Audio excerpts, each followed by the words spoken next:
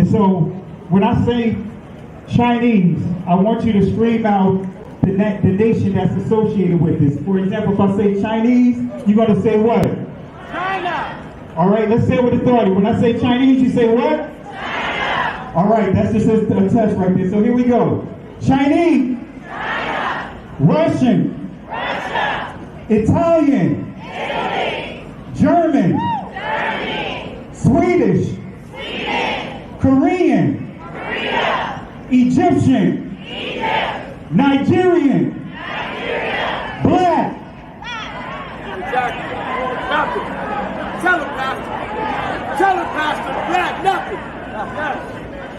I hope you were able to successfully identify the issue.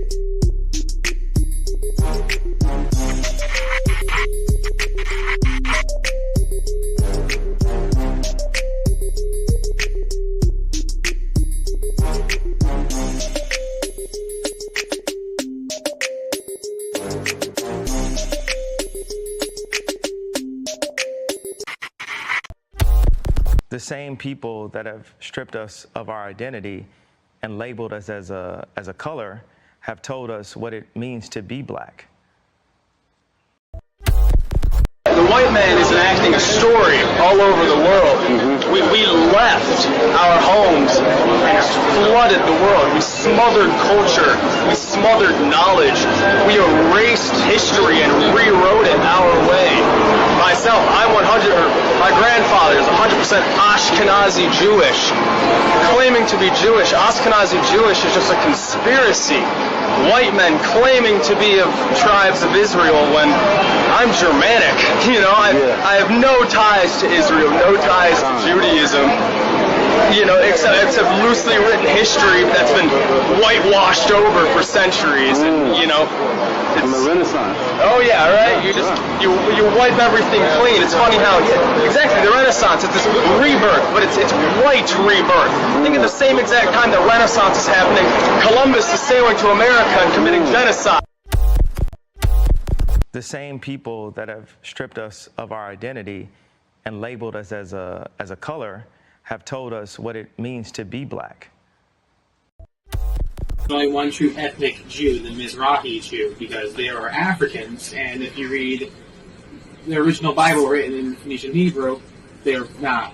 Jewish people are not Europeans. The modern Jews in Israel are Russians or Khazars to be precise, from Russia. I learned it from my grandfather that because he was an Ashkenazi Jew. The same people that have stripped us of our identity and labeled us as a color have told us what it means to be black. I'm so glad you're here because you can bring great clarity.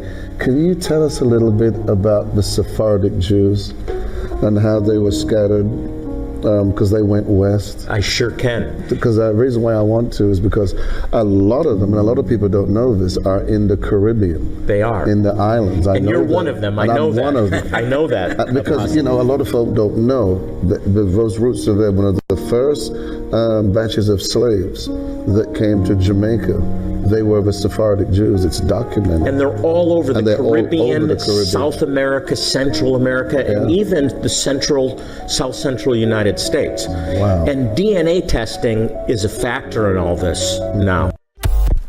You know what you are? You're an ancient Israelite. Ancient Israelite. That's who we are. That's who we are. if you give me time, if you give me time, but all that he said, I know. We don't have so many years. I know. Look at this. This is pages and pages of notes, and I promise we'll give more teaching. But here is my challenge to you. All right. I'm hearing some of your traditions. It's like the days of the Bible. Yes. Do you want to remain ancient Israelites, or you want to be Jews? Do you want to remain ancient Israelites, or you want to be Jews? Do you want to? I'm hearing some of your traditions. It's like the days of the Bible. Yes. Do you want to remain ancient Israelites, or you want to be Jews? That is the question I have for you. Thank you. I'll answer that question. Go ahead. I will help you. After the demise of Solomon, we now have the northern and southern kingdom of Israel. Yes. So when we talk about Jews, Jews are Israelites, but all Israelites are not Jews. The 10 tribes that got lost are not Jews. They were Israelites. Jews are Israelites, but all Israelites are not Jews. The 10 tribes that got lost are not Jews. They were Israelites. Jews are Israelites, but all Israelites are not Jews. The 10 tribes that got lost are not Jews. They were Israelites. So when we talk about Jews, Jews are Israelites, but all Israelites are not Jews. The 10 tribes that got lost are not Jews. They were Israelites. Well, it's depending. So minority cannot swallow the majority. We are here. We are the majority down here. So you are minority, and we are older than you. Genesis chapter 11, verse 10 explains the genealogy of Shem. Shem was a black man in Africa. If you repeat this fact, they can't laugh at you. If you repeat this fact, they can't laugh at you. If you repeat this fact, they can't laugh at you. I want to say peace and blessings to everyone. Hope all is well with you guys. If you guys can hear me clearly, let me adjust my camera here. There we go. That's better. If you guys can hear me clearly, type 1. If you can't, type 2. All right. Before we get started, I want to make sure my audio is sounding okay. So if my audio sounds okay, type 1. If it doesn't, type 2. All righty. I want to say peace and blessings to everyone. And I want to give a special shout out because I know a lot of you guys are going to be jumping on, but I want to give a special shout out to Souls of Our Ancestor. She just be laying it down in terms of her support and a lot of information. She shared with me a video between the Jewish community as we know it, along with some of the representatives from our community. It was a powerful. Oh, hold up 1 second.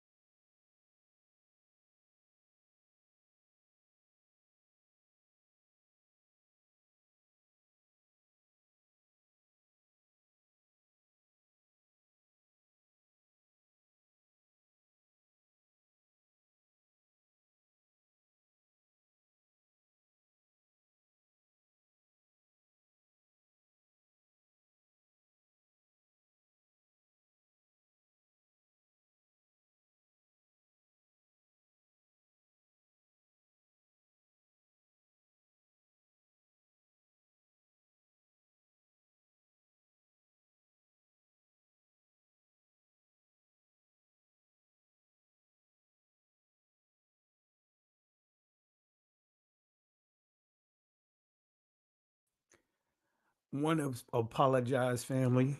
You won't believe what just happened to my connection here.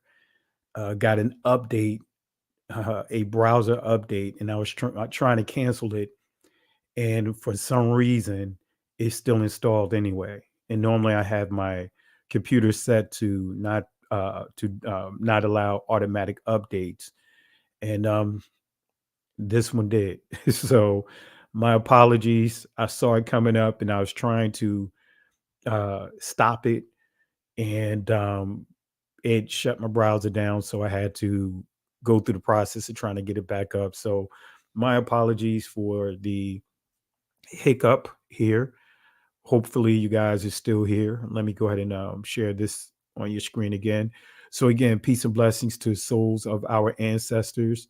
Really appreciate all the work that she puts in for our community, really making us aware of the things that are going on.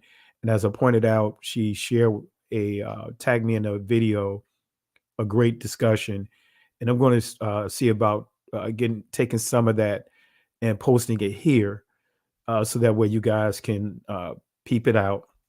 So again, my apologies. So peace and blessings. Shout outs to souls of our ancestors for all the work that you put in. And I tell you that that discussion says a lot. It really exposes a lot about the agenda, right? Things that I've been saying from the beginning, and others have expressed the same, same things that I've been expressing. But really appreciate you guys. So let's see here. See a few of you guys here. I see some are starting to jump on. We're getting more here. I can't go through all the chat like I want to because of a number of people jumping on. I want to say peace and blessings to my buddy Jay Highstyle. Who else do I see here? Trying to just skim over some of the names, but we'll get to some of them as we open up the floor, so to speak. So that way, if you guys have questions or if you guys want to just, respond to some of the questions that I may ask, and we'll do some shout outs that way. So again, really appreciate you guys for hanging in there and supporting the platform, helping us to grow. I want to say peace and blessings to Apostle Curtis Lewis. Really appreciate all the things that he is doing out there in Louisiana. If you don't have an assembly, that's honoring the Shabbat, honoring the law, statutes, and commandments, and you're in need of one, go to his assembly, right? Go to his assembly. He's been putting in a lot of work, does a lot to defend our community, more than what you guys can ever imagine. So appreciate you, Elder. Let's show some love to the Elder here. And also, if there's others here and I didn't mention your name, charge it to my head, not to my heart, because I'm really trying to go through here and get into the lesson here. So we'll catch some of you guys here as we go through the kind of like a question and answer, so to speak. All right.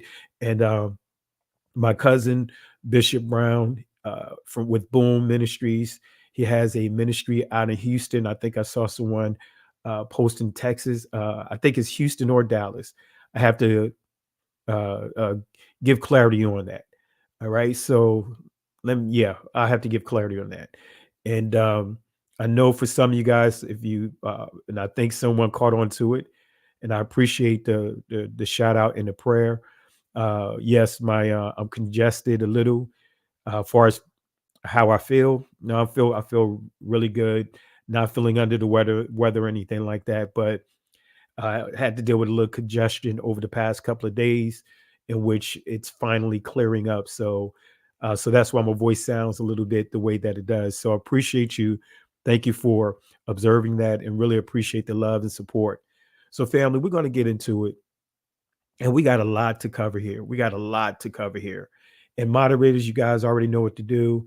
If anyone is acting crazy, you guys know what to do. Want to say shout outs to Michael. Really appreciate the love and support, family. Let's show some love for the contribution tonight. And again, family, let's show some love and support, and let's be respectful inside the comment section. Really appreciate you. Thank you. So we're going to go ahead and get into it, family. And converting niggas or niggas from our Israelite identity. Family, I wasn't going to do this teaching, but because of some of the responses that I've seen on the post that I made about Christianity, Catholicism, Islam, right? The three main branches, including the conscious community, all of them have something in common, and that's to convert the original people, right? And some of the comments that I saw from my own brothers and sisters with quite a few Muslims made some comments inside the comment section. And I was, just looking at it, like, you know what? Let me clear up a few things, because there's a lot of poor understanding of Islam, right? Just like there's a lot of poor understanding of Christianity. There's a lot of poor understanding of Catholicism, which is the mother of Christianity. There's a lot of misunderstanding about Judaism, right?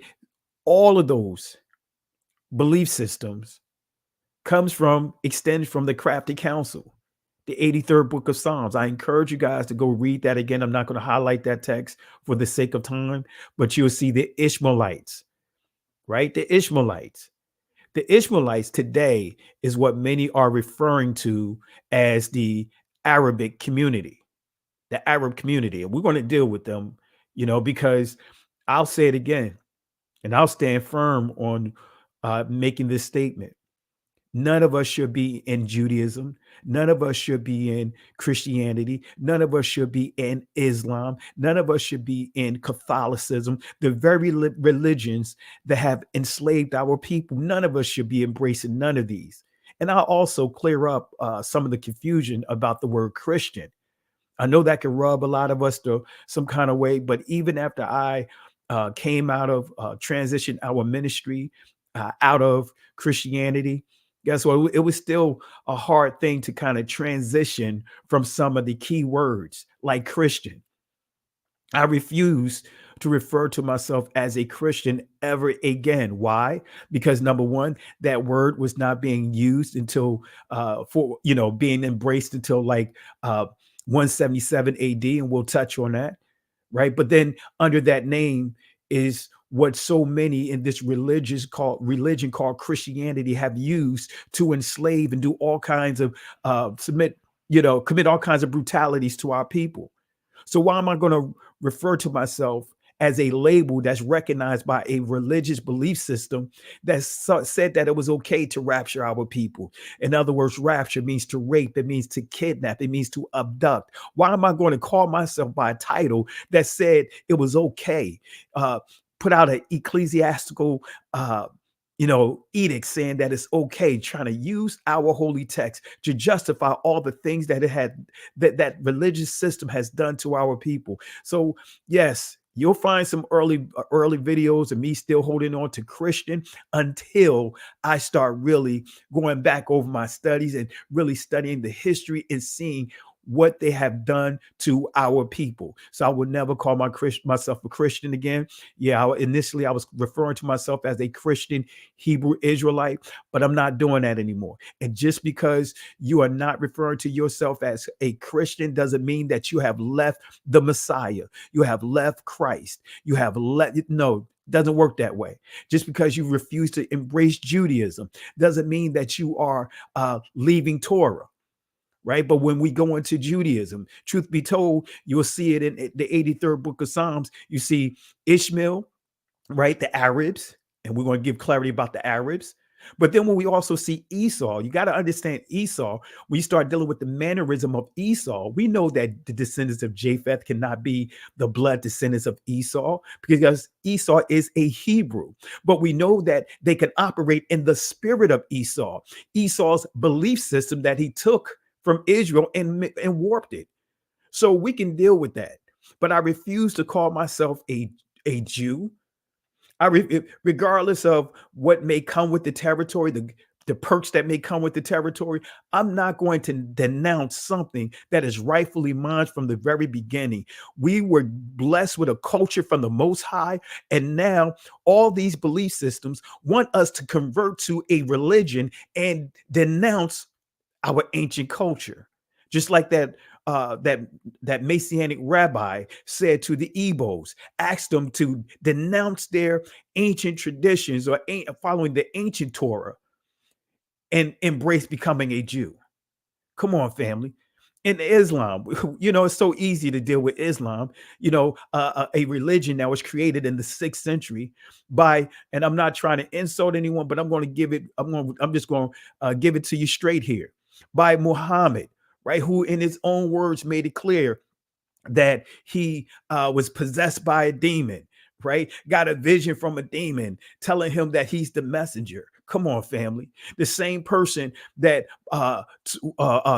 married an underage girl, I think she was like 9 or 10 years old. Pedophilia. The same person took his own son's wife. Can I go further? Even some of the made up miracles of burying milk inside the ground. Come on, can I go further with that? The original deity that they worship was a goddess named Allah. Can I go deeper with that? Come on, family. Come on. We'll touch on Allah and give you proper clarity with sources. And then we have, again, Judaism. Family, it's all right there in the 83rd book of Psalms. You have the Moabites, you have all of them, and we're still dealing with that crafty counsel today. So I refuse. As a pastor, I refuse, because I am not going to stand in judgment in front of the Most High and he tell me that, hey, worker of iniquity, I don't know you. Iniquity in the Greek is anomia, right? Which means bender, twister, transgressor of the law. And I'm not going to be one of those pastors that I can say I did all of this stuff in your name, the Most High, and then he say to me, get out my face. I know your work, but I never knew you. Come on, family. We're going to get into it tonight. We got a lot to cover tonight. So get something to drink, get your water, and get whatever things that you want to use to sustain you. But we got a lot to cover. We have a lot to unpack tonight. I know this is not a scheduled live, but we're going to get it in tonight. And we're going to deal with Christian. I'm going to deal with that word Christian to give you proper clarity of the text that many use from Peter to try to insinuate that he was calling himself a Christian. I'm going to prove to you that he wasn't. All right. So let's go ahead and get into it, family. We've got a lot to unpack here. Lot to unpack. Hit the like, subscribe if you're not subscribed to the channel. And I encourage you guys, share the video, because we got a lot to unpack tonight. All right, so let's go ahead and get into it. And before we get into it, I think I saw another offering here, donation. Really want to say thank you, Apostle, for the love and the support. And I'm going to open up and drop the link inside the comment section. If you want to jump in, any one of you guys, you're more than welcome to jump in. But when I get to that point, you guys know it. I'll drop it in the comment section. But let's show some love for the elder. The elder is in the building. Hallelujah. So let's go ahead and get into it, family. Converting niggas from Israelite identity. Converting niggas from our Israelite identity. Every last one of these belief systems is designed to convert us to something that's already ours, right? I'm going to use this example and we'll get into it. They made our heritage to appear to be a dirty dime while they flaunt the shiny nickel in front of us. Let me say that again. The dirty dime versus the shiny nickel, right? Two brothers, kids, sitting around playing, right? The older brother saw the little brother playing with a dirty dime. So the little brother scheming on his baby brother, taking advantage of him being young and not knowing how to count. He said to him, hey, I will trade my shiny nickel, my nickel, for your dirty dime.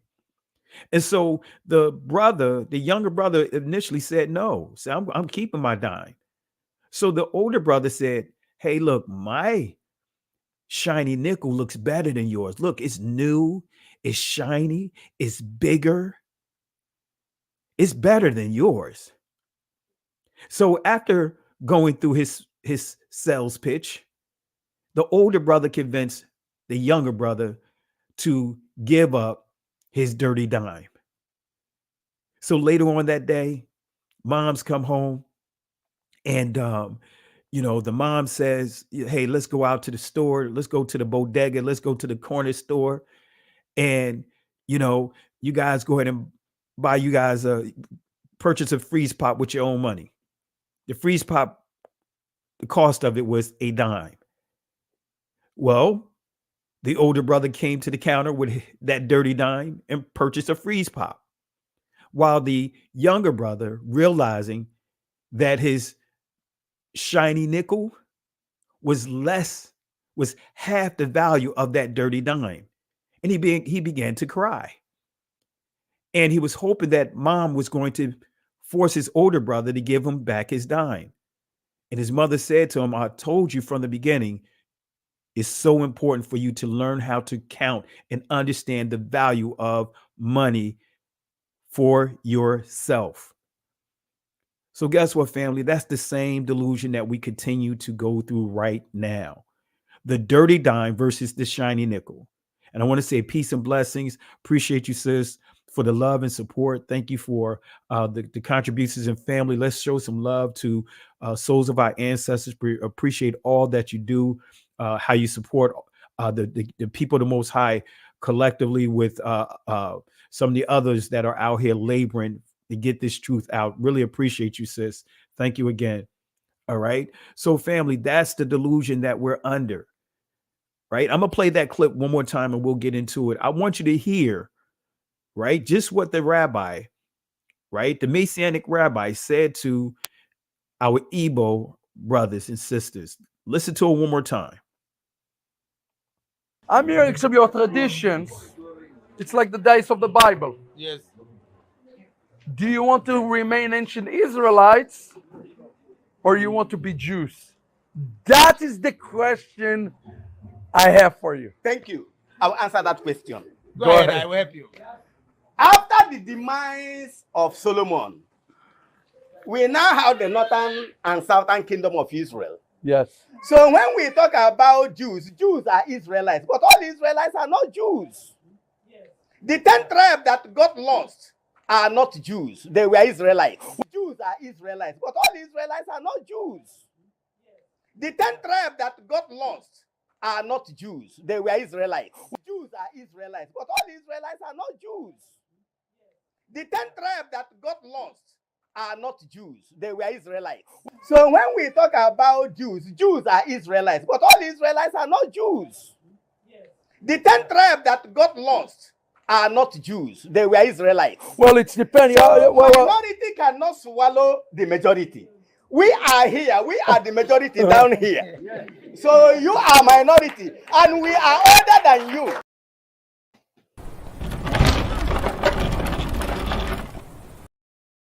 I'm so thankful that the elder said what he said, because I'm not going to lie to you. When I saw this video, when I premiered it about a year ago, I was heated with that question. And I thought that the elders were letting this rabbi say too much. He was just the things that he was saying, trying to, isolate them to the tribe of Gad, versus as they kept reiterating that all the tribes is part of the Igbos. But he kept trying to, just make it so that way, or keep reiterating this thing of them just being from the tribe of Gad. So we're going to get into a family. Again, conversion. Even the Messianic rabbi was still teaching and promoting Judaism, promoting conversion to a religion, even though they believe in the Messiah. But the key is what Messiah? What Messiah? They could teach out of what is called the New Testament. But what Messiah? We do know in Israel, the Orthodox Jews already identified who their Messiah is, right? And we're going to do a special teaching on that. But let's go and get into it. Are you a convert? Come on, family. Are you a convert? Think about that. Are you a convert? Are you a convert? And unfortunately, we got a lot of Hebrew Israelites that say that they are woke and still behaving as if they are converts. Let me say that again. There's a lot of brothers and sisters that state and say and proclaim that they have been awakened, but still behave as if they are converts. Right? And I'm going to make it clear. When I go into some of these things, if you choose to call yourself certain labels, that's fine. But I'm bringing this out because quite a few people brought, I would call it the smoke to this channel. So I have to respond, right? I have to respond.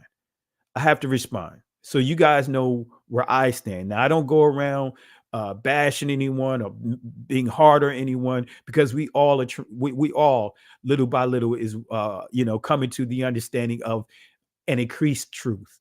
Notice what I said, increased truth, because again, we all have been babes, making that transition. So we all had to go through increments of understanding. And truth be told, when I transitioned our ministry out of Christianity, we were still doing first day of the week celebration. We weren't honoring the Shabbat, but it took time, right? Of dedication and having the desire for truth. All right. So notice as you start seeing more and more of the crazy bots, right? That tends to happen. So moderators, you guys know what to do. I'm catching some of it, but if you catch them, block it as well. So I want to say peace and blessings to Sunshine and Soul. Thank you for your contribution tonight. And family, let's show some love for Sunshine and Soul. And I also want to say thank you, family, for being a blessing to Kohen Hamadishi, helping him as he continued to fight the good fight to completely be removed of cancer. So let's continue to pray for him and thank the Most High for him. All right. And also thank you again, Sunshine and Soul family. Let's show some love for her. And also Michael Pug. I think I just saw, let me see here. Yeah, Michael Pug. I want to say thank you again for your contribution as well. Let's show some love and support for Mike as well. Thank you again, Mike. Really appreciate you for the ongoing support. So let's go ahead and get into it, family. Let's go ahead and get into it. Are you a convert? Come on, family. Are you a convert? Are you a convert? Are you a convert? I'm going to put that in the question right now. Are you a convert? Are you a convert? Right? Are you a convert? Are you a convert? If you believe that you are a convert, type 1. If not, type 2. Are you a convert? Are you a convert? So far we see no by Rebat Batya Earth Tone Hebrew, Pasu no, Ak, man, these are coming in. All right, let's see here.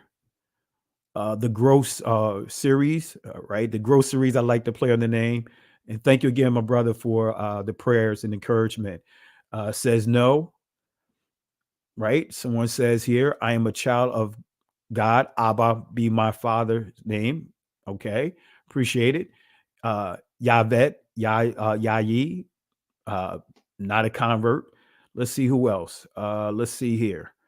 Unorthodox, not a convert. You love Yah, not a convert. Alexandria Leggett, she says she is a convert. Well, we'll talk about it. We'll talk about it. Sharit, 2, not a convert. Don P. Ben Yahuda, not a convert. Actria Phillips, not a convert. Shelly Murphy, not a convert. For Awakenings, not a convert. Diamond Love, Sister Diamond, not a convert. So far, the way it's looking, looks like it's unanimous, almost, well, with the exception of one that says that they are not a convert. All right.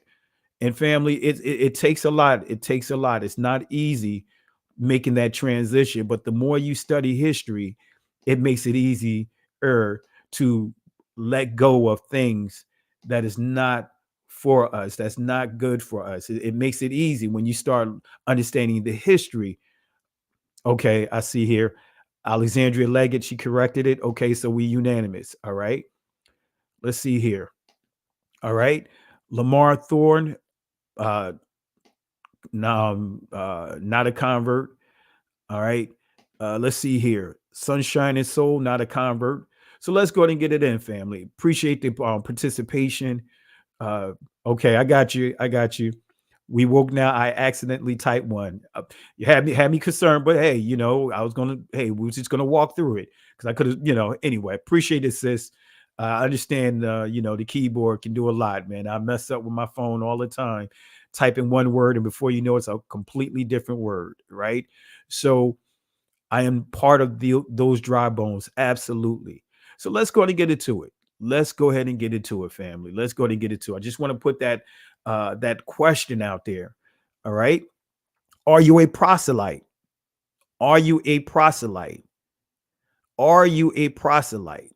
Right. So let's start with the Maccabees. First Maccabees, chapter 3, verse 47 through 49. Right. Let's start with here.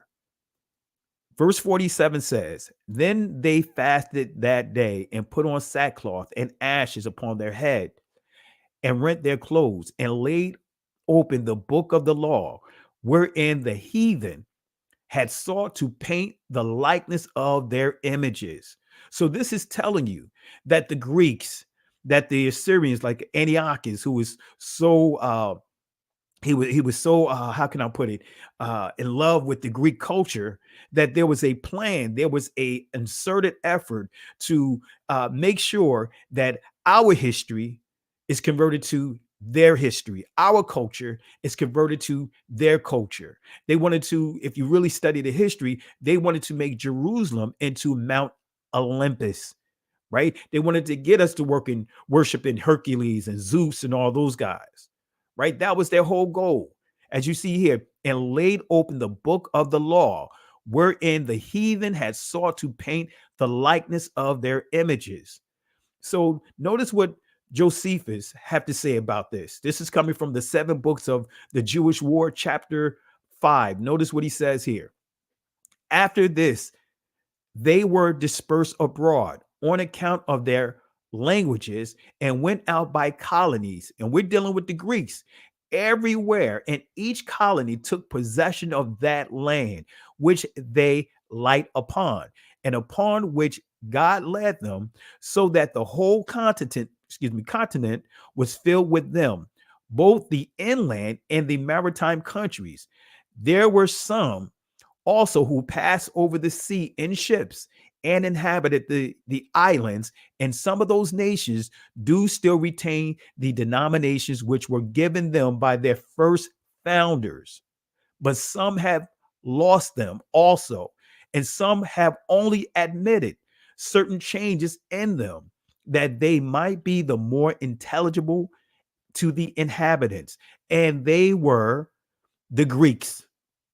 They were the Greeks who became the authors of such mutations. In other words, changes, alterations to the text, to our culture, because what they began to do also, they began to take swine and bring it up in the temples. They began to erect altars all through Jerusalem and performing all kinds of sexual rituals, sexual orgies all through Israel. Similar to what we see in Jeremiah chapter 2. Israel on every high hill, under every green tree, playing the harlot. This is what the Greeks began to do. So the Greeks who became the authors of such mutations, for when in after ages they grew potent, they claimed to themselves the glory of antiquity. In other words, of the old times, the ancient times, right? Glory in the Hebrew is kabod, which is synonymous to sham, which means reputation. It means fame. It means character. But the key is reputation. The glory of antiquities, giving names to the nations that sounded well in Greek. Doesn't that sound familiar? Names that sound well in Greek, that they might be better understood among themselves in setting agreeable forms of government over them, as if they were a people derived from themselves. So they began to hijack other cultures and put themselves, put their image, put their likeness at the forefront as if they are the originators. We're seeing this playbook still happen today. That's how Christianity or Catholicism, this is how they grew the way that they grew. It's by way of the transatlantic world war. Many of our brothers and sisters, our ancestors, were forced into that belief system, forced into Catholicism, forced into that. Just like many of our brothers and sisters were forced into Islam when you study the Arabic slave trade or the sub-Saharan slave trade. So this is just some words from Josephus. Now, when we go to 2 Thessalonians chapter 2, verse 3 and 4, we're going to see Apostle Paul going to further confirm what the Maccabees highlighted and also what Josephus highlighted. Notice what Paul says here. He says this, let no man deceive you. He's saying the same things the Messiah said to his disciples in Matthew chapter 24 when they were so concerned about the end times. See, family, we have to be careful. We can be so focused on the end times that we miss the main thing that we need to have for us discernment. So many of us are chasing to see who got the end time prophecies understood, but at the same time being pulled away into deception. Jim Jones, right? David Koresh, right? Matter of fact, the whole Mormon belief system, all those guys, they use end time prophecies. I could go right down the list of how they use end time prophecy to deceive so many people. Truth be told, I know for sure if I created another account and all I talked about is end time prophecy, I know I can grow that channel pretty quick because that's kind of like the itching ear thing among our people. So the Messiah had to say to his disciples when they kept asking about the end, the Messiah said, behold, let no man deceive you. He's saying this to his disciples who walk with him. And now we see Apostle Paul echoing the same thing. Let no man deceive you.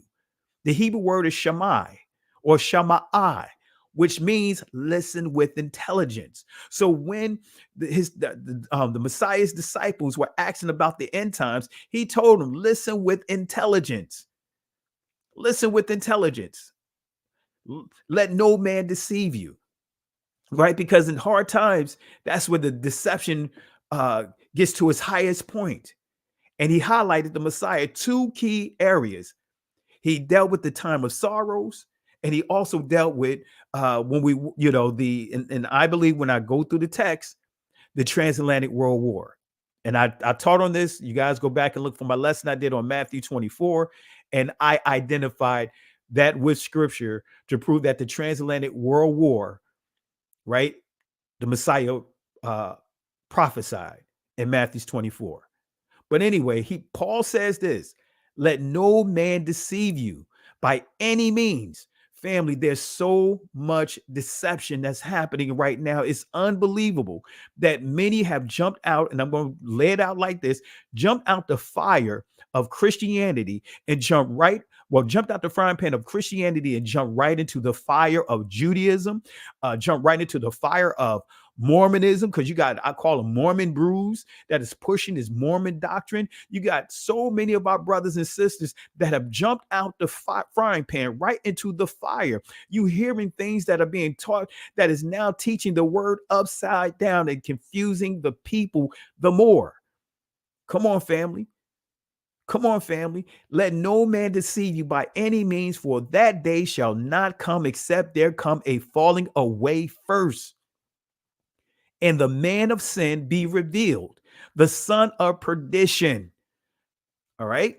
Verse 4, who opposeth and exalteth himself above all that is called Elohim. Of course, we see the translation here, God, or that is worship, so that he as Elohim sitteth in the temple of Elohim, showing himself that he is Elohim.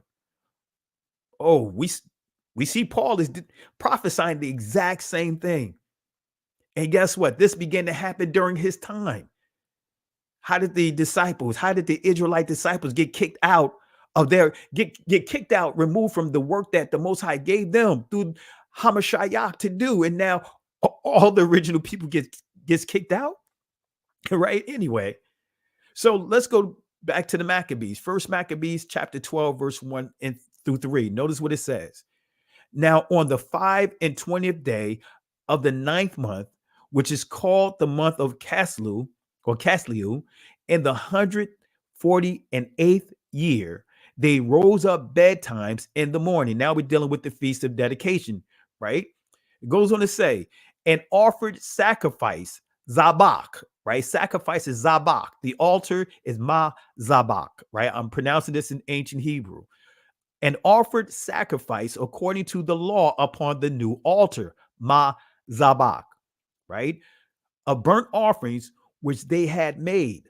Look at what time and what day the heathen had profaned, halal it, even in that was it dedicated with songs, citherns and harps and cymbals. It goes on to say, then all the people fell upon their faces, worshiping and praising Elohim of heaven, who had given them good success. And so they kept the dedication, Ka Nakath. This is not dealing with what we come to understand as Hanukkah. They weren't burning. There's no reference here about the candle, the menorah burning for, 8 days. There's nothing that even refers to that inside this text. But many of our brothers and sisters are honoring Hanukkah, right? Nakath, right? That's the ancient word, right? Dedication, right? That is simply, as we put, dedication, right? You'll see that when it says train up a child in the ways that they should go. In the Hebrew word, you'll see kanak, right? Kanak means to train. So it's not just dedication, but also training of the altar 8 days, and offered burnt offerings with gladness and sacrifice, the sacrifice of deliverance and praise. So where did Hanukkah come from? The Hebrew definition of profane. Notice what it says here. I gave the word halal, but notice what it says here: to bore, to wound, to dissolve, to profane, to break. In other words, one's word. So when we look at the wound or a bruise, we can even make it interchangeably with wound, right? A bruise is something that's not easily noticeable, but is there. See, when you start modifying and changing the word, those are bruises, right? That you may not notice until you caught up in a delusion. And family, let's show some love to my cousin here. I want to say peace and blessings to my cousin, Shalonda Carr. Let's show some love to my cousin here. And cuz, reach out to me tomorrow, or I'll reach out to you. Let's talk tomorrow. Love you and appreciate you, cuz. Praying for you every day. Appreciate you. Love you. And show some love to my cousin here, family. All right. So halal, right? Again, to bore, to wound, to dissolve, to profane, to break one's word. That's the whole goal, family. Hasatan is not playing. He's doing whatever he can to get each and every one of us to break our promise to the Most High. So we see here break. Also eat, in other words, as common things. So eat things that the Most High said is not Quadash. I don't want to use the word kosher because that is a Yiddish word. That is not an ancient Hebrew word. Quadash. Quadash means holy. Holy means separate. So these are the things that the Greeks, the Romans, because I'm going to get there with the Romans, because the Romans and Greeks is interchangeable, using the same playbook, but not just them, but other belief systems. So eat, in other words, as common things. Then we see here profane, cast as profane, self, prostitute. Now, when we understand prostitute, it's chasing after other deities, chasing after religions versus embracing your culture. That's prostitute. All right. So Kanakath, right, was founded to celebrate the freedom of Israel from Syria in 164 BC. Antiochus Epiphanes, the king of Syria from 175 to 164 BC, loved the Greek society so much that he wanted to turn his part of the world into a model Greek society.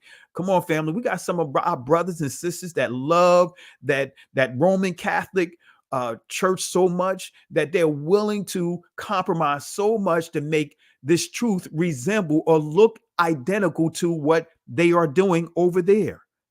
Family, again, I can't roll with that thing. I can't roll with that Christmas tree. I can't roll with Thanksgiving. I know some of you guys, family still honor Thanksgiving. I can't roll with it. My family knows, hey, I don't get any celebrations of saying, hey, happy Thanksgiving. They know where I stand. Right now, my mother would call me. Guess what? I'm going to talk to my mother. But guess what? I'm not honoring Thanksgiving. I'm not going to honor Christmas. I'm not going to honor Easter. I'm not going to honor Valentine's Day. I'm not going to honor all these things that are put in place because others have a love for those things that are not of the Most High, like Antiochus. He was so in love, so he wanted to force the Greek society on Israel. He tried to proselyte the Judeans into Greek by changing their customs and belief. At first, he tried peacefully, and some did adopt the Greek ideas, but most of Judah did not surrender. In order to be successful, Antiochus knew that he had to destroy Judah's belief in Yahweh. He attacked Jerusalem, Yerushalayim. He slaughtered 80,000 Judeans and enslaved another 80,000. He then shifted his attention to desecrate the Israelites' temple. So again, this was the game plan. So what are foods sacrificed to idols? Because that's one of the things that they were trying to force Israel to eat: pork. Food sacrificed to their deities. Now, when we go to Second Maccabees chapter 6, verse 18 through 21, notice what it says.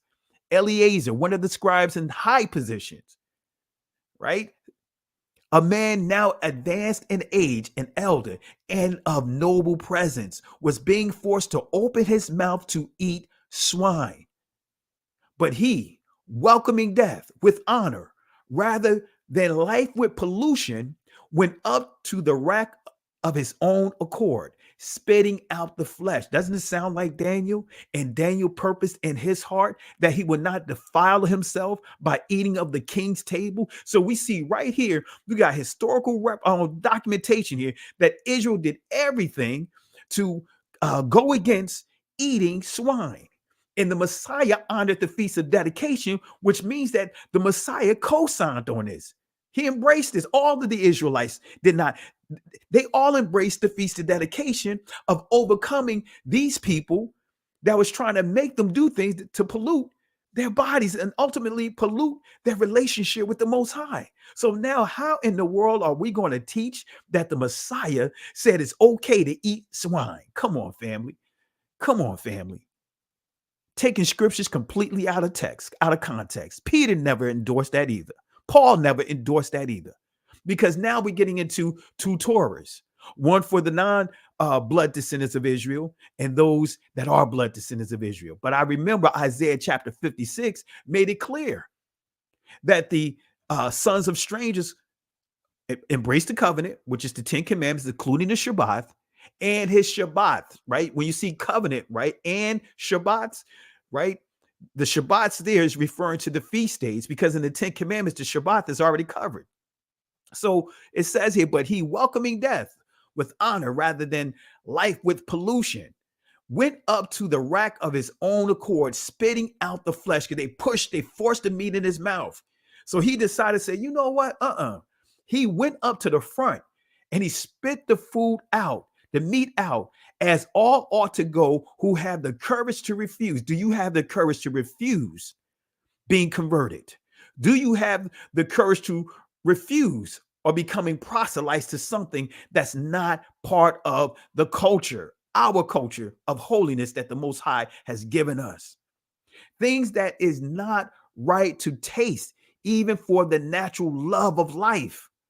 Verse 21, those who were in charge of that unlawful sacrifice took the man aside because of their long acquaintance with him and privately urged him to bring meat of his own providing, proper for him to use. So now some of the people, some of the soldiers of Antiochus, because of their respect for the elder, they're like, look, just fake the funk, elder. Just get whatever meat that is okay for you to eat. And guess what? Pretend that is pork.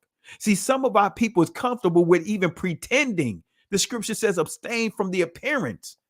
So is this the reason why we don't see the apocryphers, the books of the apocryphers in our translations today? Because if anyone read the Maccabees, it's going to shut down the things that they're trying to insinuate that Paul was teaching. Like Paul, and I'm going to give you clarity here. Right? So again, they urged him and privately urged him to bring meat of his own providing, proper for him to use, and to pretend that he was eating the flesh of the sacrificial meal that he had been commanded by the king. So they wanted him to pretend. And he said no. So let's go to 2 Maccabees chapter 7, verse 1 through 6. Notice this. It happened also that 7 brothers and their mother were arrested and were being compelled by the king under torture with whips and thongs to partake of unlawful swine's flesh. One of them, acting as their spokesman, said, "What do you intend to ask and learn from us? For we are ready to die rather than transgress the laws of our ancestors." Verse 3. The king fell into rage and gave orders to have pans of caldrons heated. These were heated immediately, and he commanded that the tongue of their spokesman be cut out and that they scalp him and cut off his hand and feet, while the rest of the brothers and mother looked on.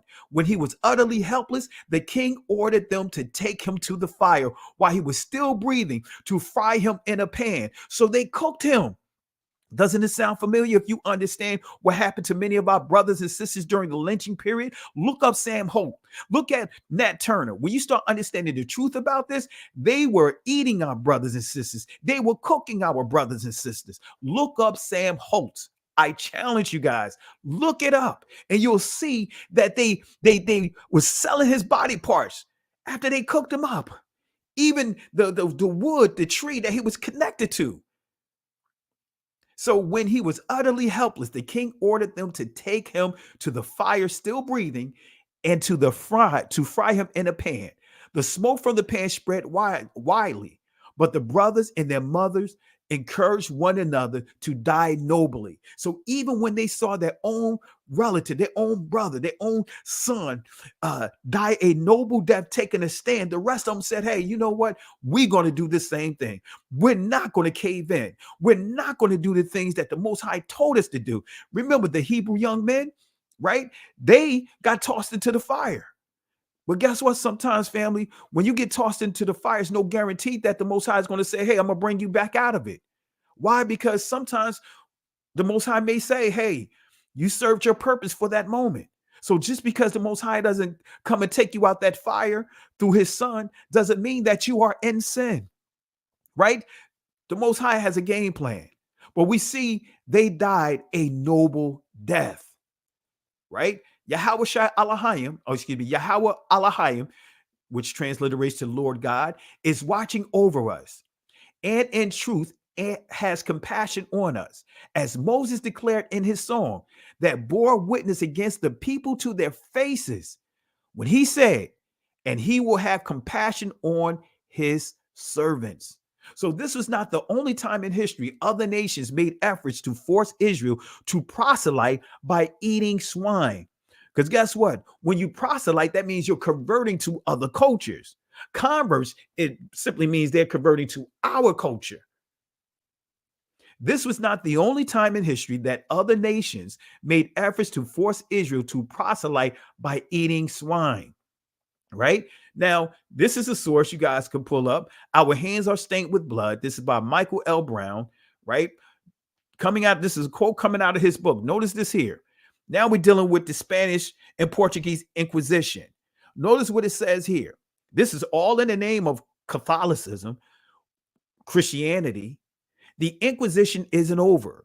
All this is common knowledge, but how much of us know that there was one particular heresy, the Spanish Inquisition, sought to uncover and destroy? There was a witch hunt against baptized Israelites who maintained any vestige of our Hebrew identity. See, I'm not going to say Jewishness. I'm not going to say Jews because those are words of confusion. As we just played the video, not everyone is Judah, right? Not every Israelite is Judah, right? But but everyone within the tribes is Israel. So that's why I'm not saying Jews and I'm not saying Jewishness, because these are constructs. These are modern constructs that have been used to backdate history, change history. But anyway, there was a witch hunt to hunt against baptized Israelites or Judeans who maintain any vestige of Torah. These Catholic, as you see here, Catholic Israelites, right? Catholic Judeans, called Marranos, conversos, or new Christians, violently forced to convert in the first place. Were carefully watched to see if they were practicing heresy. Heretical practices include failure to eat pork. Wait a minute. So you see what's happening here? So now the church, right? The church, the Catholic Church, right? So you see what's happening here. They took on the same behaviors of their forefathers. They took on the same behaviors of their forefathers. Now we see these people are forcing Israelites, Negroes, Nagads, right? Forcing them to eat swine and profane the Shabbat. Didn't we just read that in the Maccabees? But now we see this happening again. Didn't Apostle Paul prophesy on these things that was going to happen, that started happening during his time and is happening right now? Right? This is the history that you don't hear in church. Right? Or this is the excuse you hear. Well, they weren't real Christians. Oh, come on now. Oh, they weren't real Christians. The true Christians wouldn't have done that. I suggest you guys to read history, right? To see when the time that the word Christians began to be applied and start understanding what's the things that have taken place. When the Romans grabbed hold of it and really ran with it. I encourage you guys to study history. So Marranos, conversos, or new Christians. And we're going to deal with that word Marrano, but not tonight. I got some stuff I'm going to share with that. Right? Road to Savannah coming out soon. Really quick. Right? Violently forced to convert in the first place, were carefully watched to see if they were practicing heresy. Heretical practices included failure to eat pork, failure to work on Saturday, failure to wear one's best clothes on Sundays, keeping the biblical feast, observing any Jewish customs or Judah's custom, or should I say honoring Torah? I don't like to say Jewish customs. I'm going to say Israel's heritage, right? Holiness of any kind, saying any Judean prayers, praying food according to the Judeans, according to Torah, right? Not just Jewish laws, actually to Torah, because Torah was for all the 12 tribes, associating with non-baptized Israelites and intermarrying of children of Marrano families with children of other Marrano families. These are Negroes right here, family. Baptized Israelites who wavered, but then wanted to be reconciled to the church were subjected to an act of penance called the vergüenza, in other words, shame. Now, the church, that word church wasn't used until the 4th century. Let me say that again. The word church was not used in the Catholic Church, among the Catholics, among those that have taken the heritage, right? That word wasn't used prior to the 4th century. That word church is a Celtic word. But anyway, notice what it says here, right? They were paraded through the street, men, women alike, bareheaded, barefooted, and naked at the waist. Think about what happened with David's servants. And I got other incidents that I could share with you how Israel was humiliated. The men was humiliated by showing their buttocks. right? Got me sounding like Forrest Gump. It shot me in my buttocks, right? Anyway, let me not get into my imitations of different people. All right. So I want y'all to pay attention to this, family, right? Jumping out the frying pan into the fire. So paraded through the street, men, women alike, bareheaded, barefooted, and naked to the waist. So what is the act of penance called the vergüenza? What is this? What is this? Well, let me show you. This is coming from a source, right? Number 5, the many forms of penance in Christian life, right? This is, and I'm going to drop this inside the comment section, right? These are the tenets of Catholicism that is still practiced in Christianity, because Christianity is nothing more than the daughter of Catholicism. So let me share this with you, so that way when someone is trying to come at you, here's a source that you can use, right? So that way they'll leave you alone. Let me drop this in the comment section. All right. All right. You guys know I like to drop sources. All right. So make a note of that. All right. So let's see what it says. Let's see what it says. Right. 1439. The process of conversion and repentance. Notice what it says this, and it takes scripture completely out of context. Was described by Jesus in the parable of the prodigal son, the center of which is the merciful father, the fascination of illusory freedom, excuse me for butchering the word, the abandonment of the father's house, the extreme misery in which the son finds himself after squandering his fortune, his deep humiliation at finding himself obliged to feed swine, and still worse, at wanting to feed on the husk the pig ate. His reflection on all he has lost, his repentance and decision to declare himself guilty before his father, the journey back, the father's generous welcome, the father's joy. All these are characteristics of the process of conversion. So they took the story of the prodigal son to bend it and twist it to make that into the process of conversion. From being an Israelite, your blood descendant of Israel. So now you have to eat pork. Now you have to do all these things, right, to embarrass yourself, right, to embrace Christianity, to embrace Catholicism. The process of conversion, the beautiful robe, the ring, and the festive banquet are symbols of that new life, pure, worthy, and joyful of anyone who returns to God and to the bosom of his family, which is the church. Only the heart of Christ, who knows the depths of his Father's love, could reveal to us the abyss of his mercy in so simple and beautiful a way. So the process of conversion and repentance is supposedly based on Luke chapter 15, verse 15 and 16. Now tell me if you get what I just read to you out of this text. And he went and joined himself to a citizen.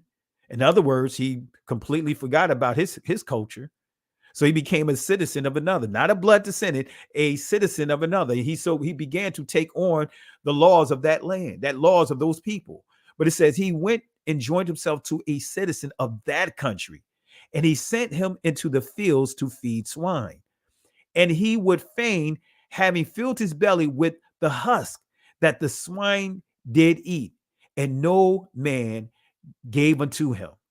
Now, come on, family. How do we get the process of converting from this right here? How did we get the process of conversion from this right here? This is nothing to brag about, but this is what they use to twist the scriptures around, to force our ancestors to take on things that is profane, that the Most High made it clear that it is profane. How? Family is so much, it's so easy to say what we can or what we will do if we was under the same circumstances. It's easier to say it than doing it. It's easy to say what you would do if someone pulled the gun on you until the gun got pulled on you. I'm a living witness to that, right? It's so easy to say how you would respond if people ran up on you to jump you. It's so easy to say what you would do when you're not under fire, right? But again, This is what they were forcing on our ancestors, all in the name of their not even going to say misunderstanding, their purposely deceptive teachings and tenets that they developed to justify the things that they didn't want to let go. So that's pretty much what it is, family, right? That's pretty much what it is. That is pretty much what it is. I want to say peace and blessings to Sister Carol, family. Let's show some love to my Sister Carol here. Just noticed that she was in the building. All right. Please add the links to the description of the lessons or comments later. Absolutely. Absolutely. All right.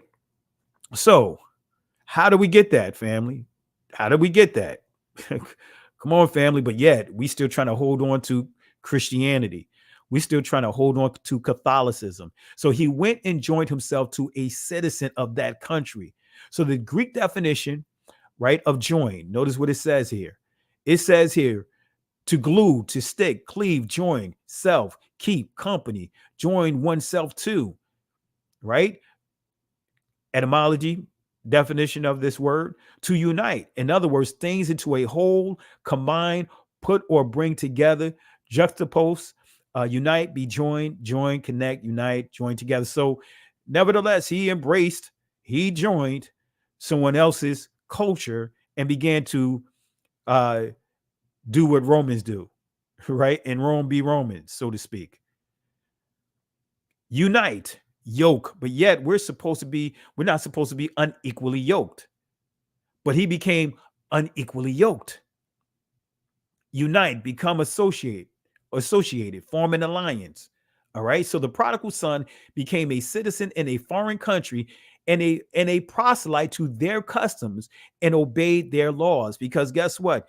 He's not part of that country. He's not a blood descendant of that country. So he's a proselyte. All right. So Exodus chapter 12, verse 48 through 49. Notice what it says. If a stranger who dwells with you would offer the Passover to Yahweh, all his males must be circumcised. Then he shall be admitted to offer it. He shall be as a citizen of the country, but no uncircumcised person may eat of it, right? There shall be one law. This is coming from the Tanakh. One law for the citizen and for the stranger who dwells among them. See, family, the Most High always had rules in place that there's one law for everyone that's dwelling with Israel, right? That wants to have a relationship with him. He don't have two separate standards. He always had one standard. So one law for the citizens and for the strangers who dwells among you. So what does the Holy Word say about the ancient ways? Right? Because we saw the ancient ways highlighted in the Maccabees. Notice this, Jeremiah chapter 18, verse 15. Notice what it says. Because my people have forgotten me, they have burned incense to vanity, and they have caused them to stumble in their ways. In other words, darak, from the ancient awalam, path, shabayalai, right? To walk in the paths in a way not cast up. So we see here the ancient paths, right? Again, Shabbai, lie, or Shabbai Yalai, however you want to pronounce it, if you pronounce every letter as a syllable, as an ancient Hebrew. But we see here the ancient paths, the ancient ways. Let me read it one more time. Because my people have forgotten me, they have burned incense to vanity, and they have caused them to stumble in their ways from the ancient paths to walk in paths in a way not cast up. Hebrew definition of ancient. Notice what it says here. Eternity, always, ancient times. In other words, old times, continuous, lasting, long time, perpetual, right? Ways, the Hebrew definition of the word ways. We see darak, which means a road, course of life. In other words, we're on a path, and many of us are getting off that narrow road, right? And get into that wide, going through the wide gate. But a road, a course of life, journey, manner, way, pathway, highway, pathway, side. All right. So the primitive root word of ways, right? Arak.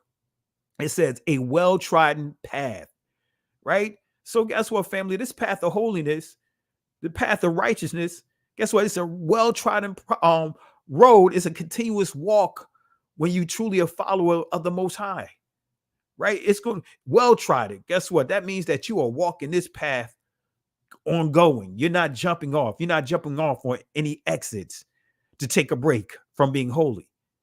Man or path traveler. All right. So give clarity.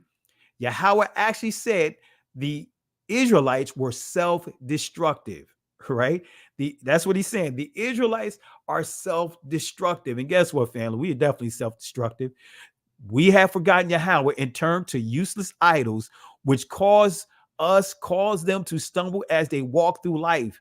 The people have rejected the ancient paths of righteousness, the paths of Yah's word and commandments, choosing to follow the paths of false deities and false religions. They had chosen the roughest road that could possibly follow in life. Choosing to follow the paths of false deities and false religions, they had chosen, again, the roughest road they can possibly follow in life. That's a duplicate. I put it there purposely, right? The key prophecy, right? Predicting the efforts, right? Now, we dealt with Christianity, right? And I'm going to circle back to the word Christian, but I want to get a little, give Islam a little of the business right now. And then we'll deal with the word Christian, all right? We'll go back to that. But let's deal with this next one here. Let's deal with Islam. A key prophecy predicting the efforts of another nation attempt to force Israel to convert by denouncing their ancient heritage. This is Zechariah chapter 1, verse 19. Peep this out, family. Here we go.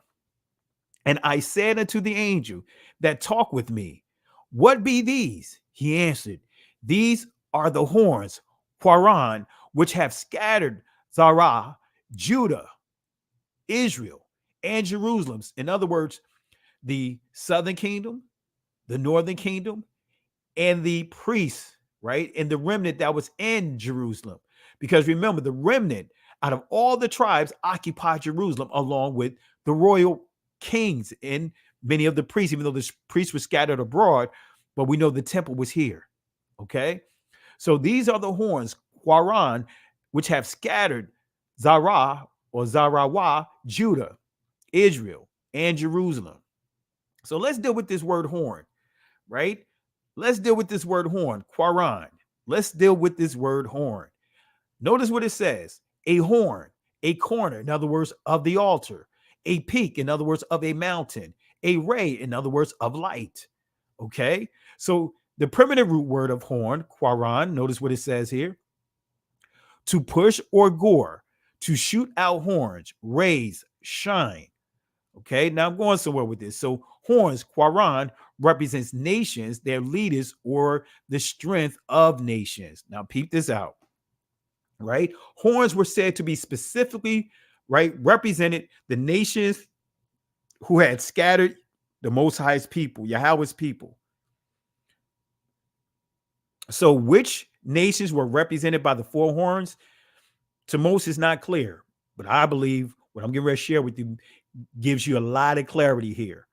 Most likely there were four chief empires that had oppressed Yahweh's people, the Egyptians, Assyrians, Babylonians, the Medo-Persian Empire. But notice this here. But I believe, right, this horn is key to understanding this prophecy, right? Let me show you what this horn, I believe that this horn is prophesying. Let's start with the Britannica definition of the word Quran or Quran. Let's see what it says. It says Quran, Arabic, recitation. Also spelled Quran and Quran, the sacred scripture of Islam. The word Quran, which occurs already with the Islamic scripture itself, is derived from the verb qara'a, to read, to recite. But we're not going to stop there. So remember, Quran is derived from the verb qara'a, which means to read, to recite.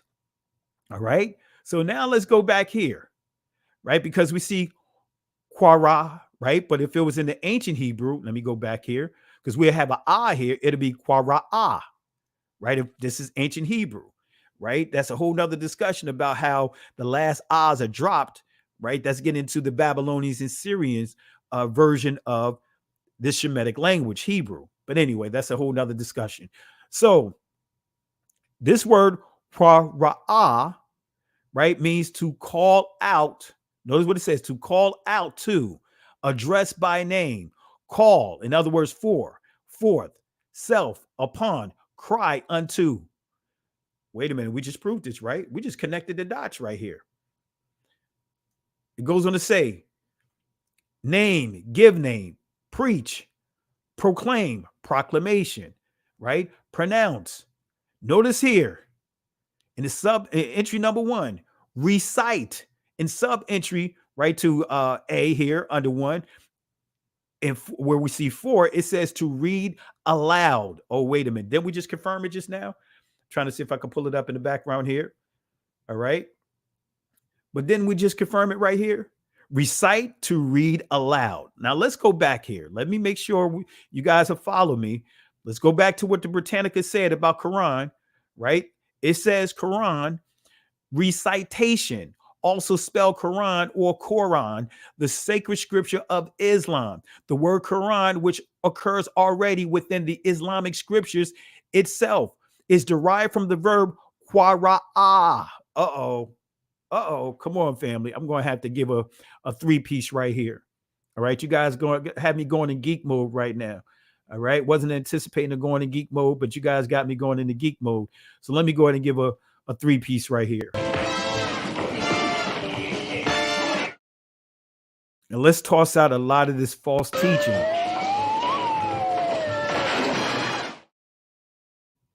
Come on, family. Come on. Come on, family. This is why ancient Hebrew is so important, family. Ancient Hebrew is so important. There's a big difference from what many are calling ancient Hebrew today, right? Still connects to this Israeli language. Totally different in its pronunciations. And I'm proving it here tonight, right? I got some some additional things we're going to touch on. So again, it says qara'ah, to read, to recite. So Quran, it says it's derived from the verb qara'ah, which means to read, to recite. So again, going back here, here's the word. So we see Quran, horns, but notice what it says here, to call out to, address by name, call, in other words, call forth, call self, call upon, cry unto, right? Name, give name, preach, proclamation or proclaim, make proclamation, pronounce, recite, to read aloud. Oh, come on, family. Come on, family. So what role has Islam? What role did Islam have in scattering our nation? Excuse the typo here. So what role did Islam have in scattering our nation? Come on, family. Y'all should know this, right?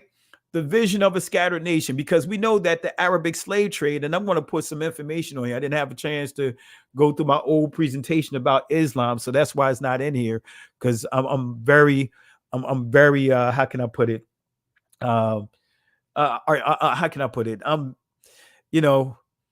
very detail oriented, right? And I just can't post stuff from old presentations and show it on display here, because it's a big difference from when I did that lesson years ago to where my presentations are now. So what I'll do is I'm going to do a special lesson on Islam, and I'm going to go right down the list, give you some additional sources of what I'm going to share today.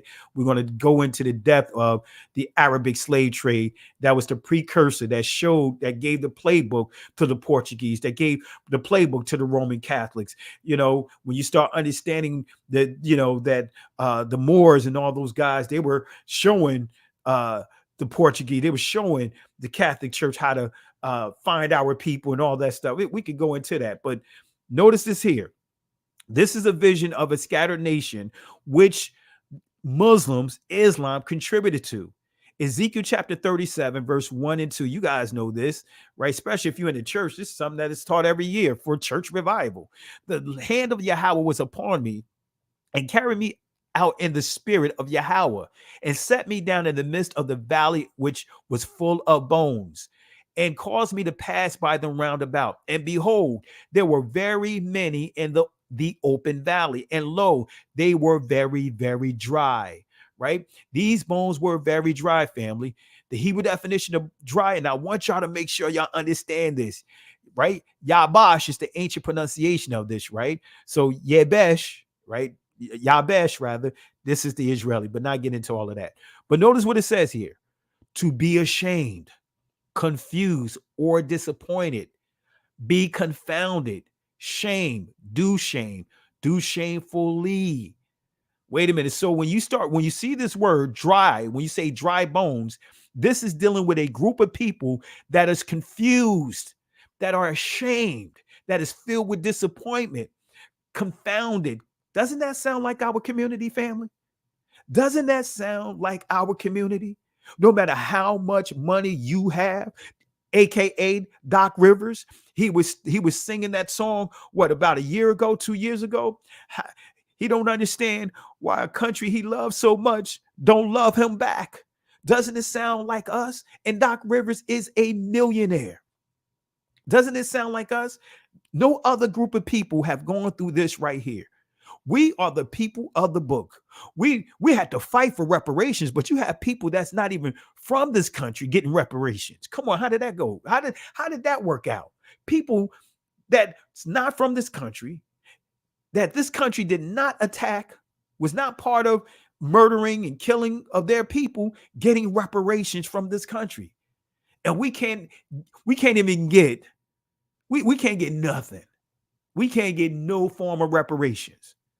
Doesn't it sound like us? Ashamed, confused. We so confused, we don't even realize, for the most part, what's the truth and what's a lie. Many people, even in slavery, when you study Lisbon, right, you'll understand that many of our brothers and sisters chose to go into Islam because they did not want to embrace Christianity, because they did not want to embrace a white Caucasian Christ. So they figured at least Islam is going to keep them closer to their heritage. Right? Where's my book right here? Oh, man. You know, I got plenty of books, right? Let me show you this book right here. Let me pull it up on the screen. Man, this is a jewel right here. This is a jewel. West African City, a study of tribal life in Freetown. Michael Banton. Is it Banton? Yeah. It gives you so much information. But just what I pointed out is inside this book, right? I don't have normally I put my sticky notes in it to highlight certain points that I want to go back to. But this book right here says it all. All right. So let's keep going, family. Let's keep going. All right. Let's keep going. All right. So again, Israel, when we see the valley of dry bones, it's referring to a confused people, right? Even in that argument or that discussion, our sister souls of our ancestors forwarded me, right? Our brothers and sisters, educators, still didn't make the connection between Semitic, and Afro-Asiatic. Let me see that again. They still didn't make the connection. They having a discussion, right? It was a great discussion. In that discussion, they never identified and said, hey, what is the word Shemitic? Let's define anti-Semitism. They never defined the word. In that discussion, they let these people off the hook. They admitted that they were all up in our school systems. They admitted that they were the landlords. They admitted all these things. But yet, if we say it, we are declared anti-Semitic. Family, I'm going to post a link here, but it's a great lesson to listen to. In that lesson, it makes it clear how one group of people can have the best of both worlds. They, on one sense, they can say that they're Afro-Asiatic, and then on the other side of the Jordan, they can say that they're white, that they're Caucasian. They can get the best of both worlds, white privilege, but then at the same time, use the word Shemitic to shut down some of those that are part of the same white race. Anyway, family, I'm going to put it up in here, right? So to be ashamed, confused, disappointed, be confounded, shame, in other words, do shamefully. Who are these dry bones? Come on, family. Y'all should know this. Show me one group of people is going through this right here. Show me one group of people that is going through this right here. Right? There's so many people that want to attach themselves strategically to our struggle, just so that way they can continue to what benefit from our struggle. To say, hey, yeah, we was with you guys every step of the way when y'all guys went through this, went through that, went through this. Come on, family. That stuff is strategic. And I can prove that. There's a reason why the ADL, right, one of their offices over in San Francisco was raided by the FBI, and they had dibs on every organization in this country, every last organization in this country. That's a fact. I encourage you guys to read this book too. It's a book. Let me see if I can pull it up here, and I'll drop it in the comment section. Let me see if I can pull it up here. Family, when I say, it's so much history out here that we just don't have a clue. We've been lied to more,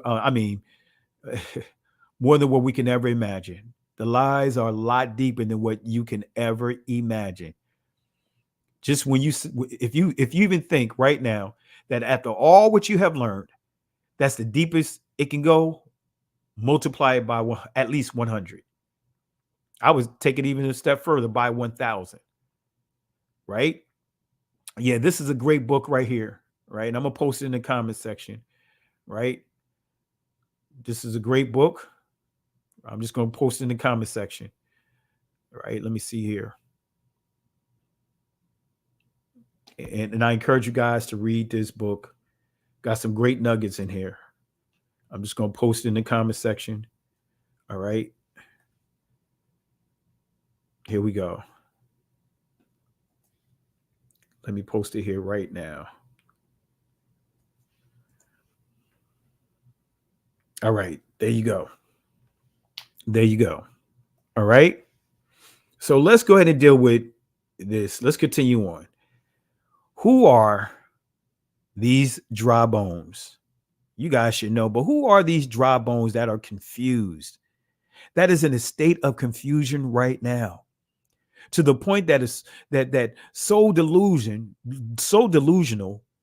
that know that you are a blood descendant of Israel, but yet you convert over to a religion so that way you can take on a title as being Jewish. So instead, now you become a proselyte, right?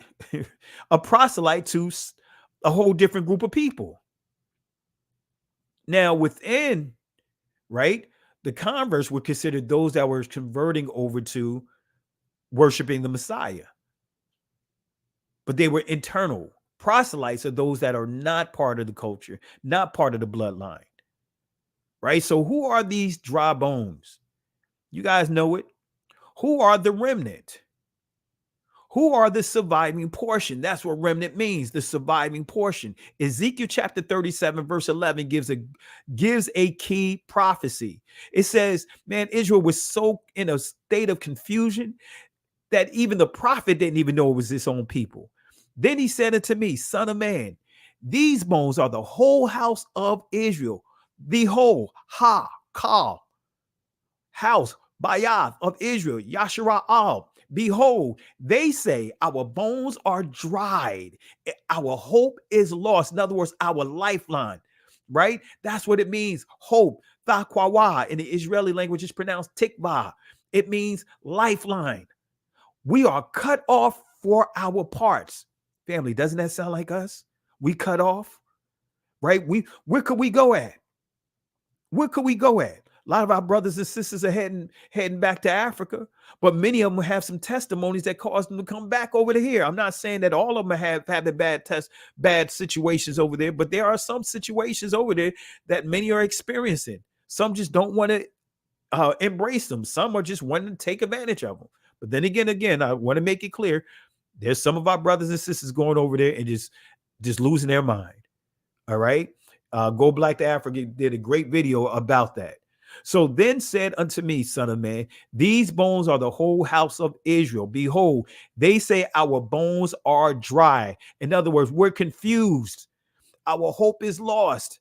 We are cut off for our parts. We are by ourselves. We don't even have a culture. Every time we even try to develop some type of culture, it gets taken away from us. Come on, family. Never in a million years, I would have thought that I'm going to be watching, growing up in the days of the pop locking, because, hey, I'm an 80s kid. I was pop locking in the 80s, right? So here it is. We bragging, we pop locking, we break dancing and all that stuff.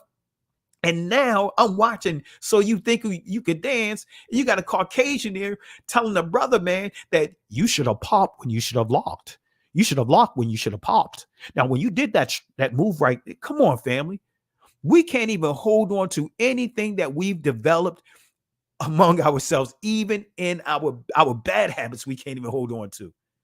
Everything has been exploited and taken, but given us constructs of other cultures, constructs like thug or thuggy, constructs like diva or god diva. Those are Hindu constructs. God diva deals with Kali. Thuggy deals with a group of Indian people, men, that harassed other Indian men on the train, murdering and killing them, all for the sake of wanting to have an honorable reincarnation by the god diva. Come on, doesn't that sound like familiar? Doesn't that sound like the culture of hip hop? Who introduced our brothers and sisters to that? Who runs the hip hop industry? Who introduced them to that? Who introduced us to the word ghetto? Ghetto is a Yiddish word. Who introduced that to our community, to where as though now many of our brothers and sisters are embracing that word? Oh yeah. Anyway. So then he said unto me, son of man, these bones are the whole house of Israel. Behold, they say our bones are dried. Our hope is lost. We are cut off. We are cut for our parts. So the prophecy to break the consequences, Ezekiel chapter 12 and 13. This is the prophecy, family, to break that confusion. This is what we're seeing right now. We see the confusion being broken right now. Therefore prophesy and say unto them, thus saith Yahweh Elohim, behold, O my people, I will open your graves and cause you to come out of your graves and bring you into the land of Israel. Guess what, family? This is resurrection right here. See, that means that you don't have to die physically to experience resurrection. When you're being restored, guess what? Resurrection. The Most High said, we're going to experience this. And guess what? We see this starting to happen. We see that we are starting to rise up out of our graves. The Most High is opening up our graves, opening up our eyes, so we can start understanding who we are. And ye shall know that I am Yahweh when I have opened. And remember, Yahweh, Yah, he exists. That's what Yahweh means. He exists. Look up the two names. Yah, look up Howah, right? Just for those that asking the question, Yahweh versus some would say Yahuwah and some would say some other Yahweh. But look up Yahweh, Yah, contracted name, Yah, and look up Howah, which means he exists, right? So ye shall know that I am. In other words, I exist. He exists when I have opened pathak, your graves, all my people, and brought you out of your graves. Come on, family. I'm getting excited. Ye shall know that I am Yahweh when I have opened. See, there's a few Hebrew words that transliterates to open, right? For example, this one right here, pa-kak, right? Or pa-kwak, excuse me, which means to open, means to be observant, means to open eyes. In other words, now you're going to be aware. This is discernment, right? Here's another Hebrew word in this text that means open. Let's see what it says here, right? Notice what it says here. Pathak, right? Which means to open wide, to loosen, to break forth, let go free, open, be set open, opening. Family, we are being set free. We are living in a time of being set free, family. We are living in the time of being set free from all these delusions. Of course, you still got some that want to hold on to them, but guess what, family? As a whole, there is awakening that's unlike any other time that we are witnessing right now. I'm excited, family. So what's the proper name for the Most High, right? Just still dealing with Islam. There's one thing you won't know, you'll notice they won't give you the actual name of the Most High. They'll tell you that his name, God, Allah. So is his name Allah? Is the Most High name Allah? If you believe that the Most High's name is Allah, type 1. If you believe that the Most High's name is not Allah, type 2. All right, give you guys a chance to answer this question. If you believe that the Most High's name is Allah, type 1. If you believe that the Most High's name is not Allah, type 2. All right, let's see what we got here. All right, let's see here. DJ Brightside, no. Trey, no. Back to my roots or Black to my roots, no. The Threat 89, no. Let's see here. For Awaken, no. Bobby Arnold, no. Lucille, Daryl, no. Let's see who else we have here. Ni Lanti, no. Lante, no. Excuse me if I mispronounce your name. Azariah Ben Yehuda, no. Way Too Grown for Toys, like that name. No. Asa Isha, no. Sister Carol, no. Servant of the Most High, no. Re Batya Earth Tone Hebrew, no. All right, let's see here. Princess Warrior, no. All right, we got Jay Highstyle saying yes. So we're going to give clarity to that. All right, let's see here. All right, let's see here. Just looking at some of the names here. Yaquaba, yes. Got another yes there. Okay. B1 Queens Island, 2. Right. Catherine Decker, 2. All right. So we got a lot of responses here. So for the most part, you guys answered no. All right. So let's answer this question. All right. I'm not going to deal with the Yahweh part, but I'm going to show you that Allahayim is, Allah, right, is not the name of our Father, right? Now, that word Allah, if you don't understand, you can be very deceived with that name, right? And so I'm going to give you proper clarity because I remember having a talk with a few people from the mosque, a couple of Turkish people that I used to work with, and we had this discussion here, and they were surprised the way that I responded to them. Their response was, "How did you know this?" Right, and that's how you know when you know what you're talking about. When you start having questions from certain people in certain groups, they ask you, "How did you know this?" Not that you're wrong, but how did you know this? Right. So there's a perception about our people that we don't know anything, right? That we're dumb, that we're illiterate, right? That we're uneducated, even with the multiple degrees, still considered uneducated, right? So Elohim versus Allahayim. Let's deal with this real quick. Elohim, right?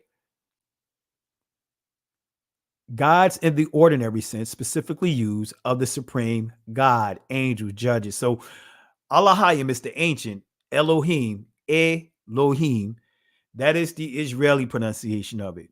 So I'm not knocking you. If you choose to say Elohim, that's on you. As long as you don't knock me from saying Allahayim, because I can prove emphatically ancient Hebrew did not have any E sounds. It did not have any O sounds. It did not have any diphthongs like the UA sounds. I can prove that, right? But again, I'm not knocking anyone for what you choose. Only thing I ask, respect me and others when we say Allahayim. So when you say Elohim, right, the Aleph, or in the ancient Hebrew, Alap, is silent.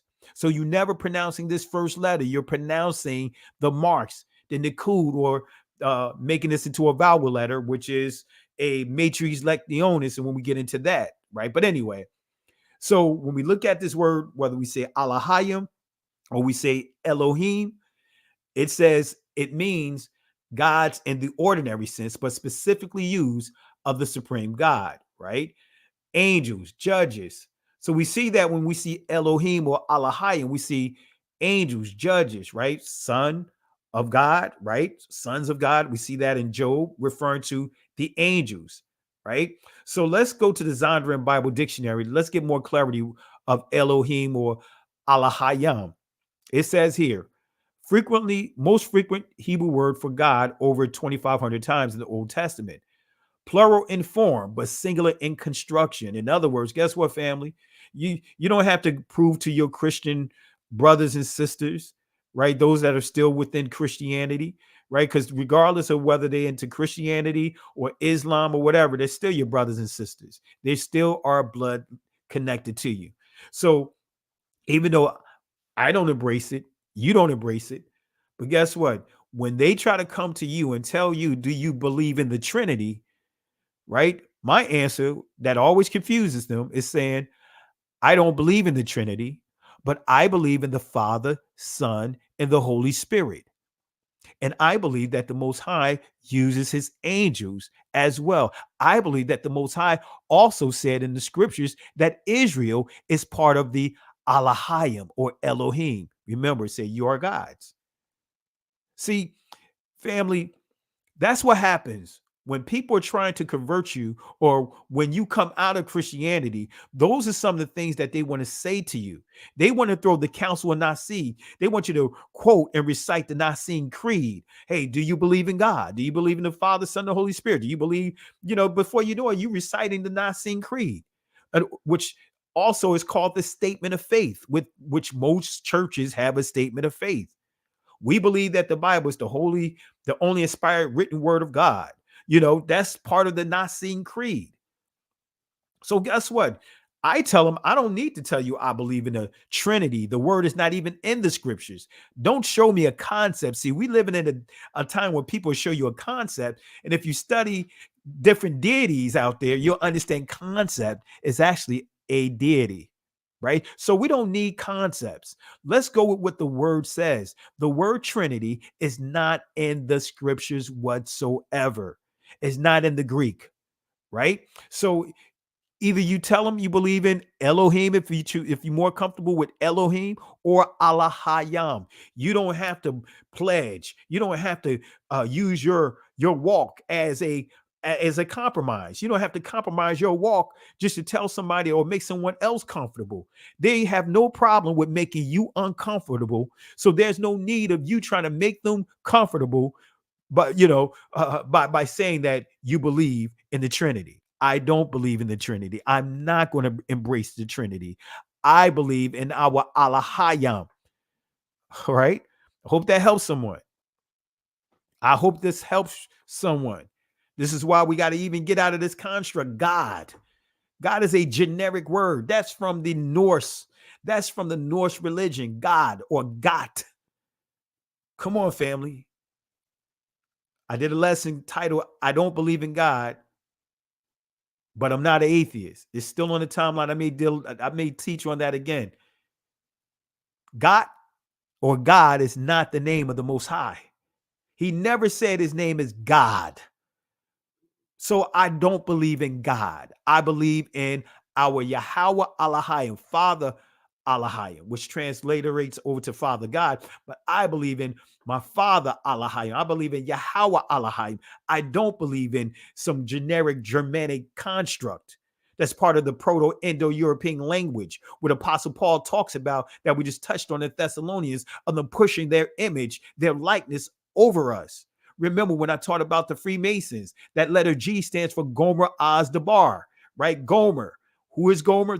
The progenitor, the father of the Ashkenazis, right? You'll see that they're all part of the same, for us, the Turks is all part of the same group.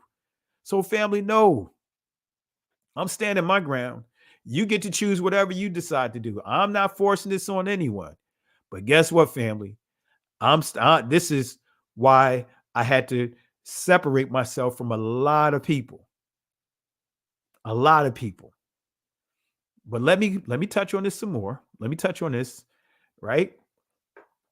We see here, when we see Elohim, it says, as we see here, we see plural form but singular construction, right? We see where it says plural magnitude or majesty when we see Genesis 1:1, when it says in the beginning, Elohim, right? Barashayath, bara, Alahayam. In your text, it would say Elohim if you go by the Israeli language. But again, we see that there, right? But then it goes on to say when used of heathen gods. It gives you some passages here. It says of angels. We'll see it listed here. Judges, we see it listed here, right? Judges, right? Judges, they were people, they were Israelites as representatives of the Most High.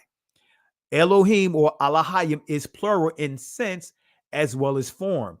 Means either be strong or be in front, suiting the power and preeminence of the Most High. So Elohim is the plural of Eloah. Now we can get into the deep water here, right? Eloah. We see here a deity or the deity.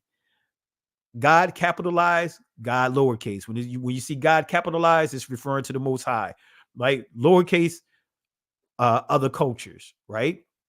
So, family, there's an all-out assault to muzzle the ox, muzzle these letters, family, right? I'm not going to go into all these letters here because for the sake of time, I'll be going in geek mode, but I'm not going to do all of this. This is just giving you some importance of that very first letter. But guess what? Here's the impact when you silence that very first letter.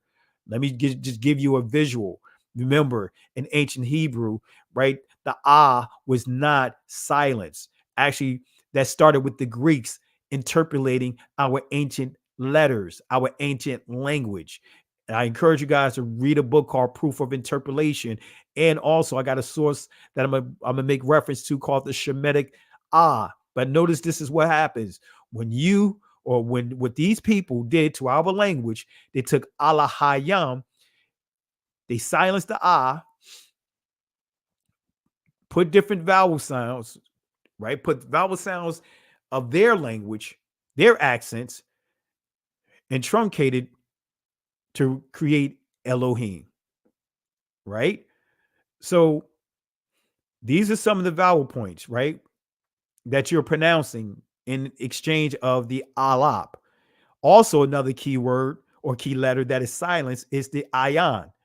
But then we also see another key word, the wa, that is used as a vowel letter, right? I could go right down the list. So when you began to start changing the ox, the very first letter, the alap, guess what? You start messing with manipulating what redemption is, judgment, right? So the ox was often used to trample across a threshing floor in order to separate the ears of grain from the stalk. Sometimes the ox pulled a large millstone that crushed the grain for making the flour, right? The law stipulated that the ox could not be muzzled while he was treading out the grain. The ox was working, therefore he deserved to eat. So again, an all-out assault to muzzle the ox. Now, this is coming from the English Dictionary of Contemporary Ancient and Babylonian Assyrian. Now, I got other sources that support what I'm getting ready to share with you. Notice what you see here. Alaha, Aramaic. Wait a minute. You don't see Elaha. You see Alaha. I want to make sure you guys see that. Aramaic, which transliterates to the word God. Then you say in Arabic, Allah in Arabic. But then when we get to Ugaritic in Phoenician, it says El. Come on, family. Come on, family. Aramaic is the closest, right? That's the sister language of ancient Hebrew. So at least we can bear witness by two languages that Allah, at least if we go with Allah, that is the primitive root. And I'm going to show you here, but it's not pointing to the Islamic deity. I'm going to give you clarity. Don't want to lose my voice. Feel like I'm losing my voice again. All right. And I should have brought me some lemon tea and honey in here. But anyway, notice what you see here. Alaha, right? This is Aramaic. See, what many will try to fool you with by saying, hey, we have a copy of the Bible over here in Aramaic or, in the Syriac language over in one of the Middle Eastern countries. And notice what you see here. You see the word Allah. And what many of our brothers and sisters would do is like, wait a minute, so Allah is his name. No, pump the brakes, right? I had that playbook. They tried to run it on me until I flipped it on them with explaining them with this right here and giving them additional sources and telling them exactly what deity or goddess that they actually worship. But here it is. Allah, Aramaic. Allah, Arabic. El, Ugaritic. And remember, the Ugaritic language was not transliterated, cracked until 1934. Anyway, come on, family. So the Hebrew definition of silence, I'm not going to get into all of this though, is dama, right? Which means to dumb, be dumb, to stop, perish, cease, be cut off. All right. Let me go further here because this, I don't want to get into all of this just to take up a lot of time. All right. Don't want to get into the signs. All right. Right. But I will say this, in modern Hebrew, you are never pronouncing the actual I, as I pointed out. You are actually pronouncing the speckle, not quad. Well, what does speckle mean in Hebrew? Because it's called the nikud for us using vowel points. It's called the nikud, right? Actually, in ancient, it's not quad. And notice what it says, to mark. In other words, by puncturing or brandoning. So that's what... when you see these letters here, these words here, these Syriac block letters with these points there, you are actually reading letters that are branded. These are not natural, right? So in Genesis 30, chapter 30, verse 32, notice what it says is, I will pass through all thy flock today, removing from thence all that the speckled, not quad, and spotted, tala. So this is telling us that the speckle were ones that didn't have natural marks that Jacob branded. All right. So these are the key letters in the Hebrew alabayat that were branded. I think alap is one of the key letters, as I just pointed out. Right. The ha, which means reveal, uncover, open, numerical value 5. The wa, right, which means tent, peg, secure, right, hook, right. The yad, numerical value 10, which means hand, arm, redemption, right? The ion, right? And the Greeks have their hands all up in here. Numerical value is 70, eyesight, watch, right? Letters that was silent. The pa, right? They were either modified or silent, right? Which means mouth, mind, instructions, command. The shan, which means teeth, tool. Because in the Israeli language, based upon the dot, that nakud or naquad, if it's to the right, you say sheen. If it's to the left, you say seen. That's not ancient Hebrew, right? So not only were the letters, key letters branded, but also the people connected to the letters in their language were branded.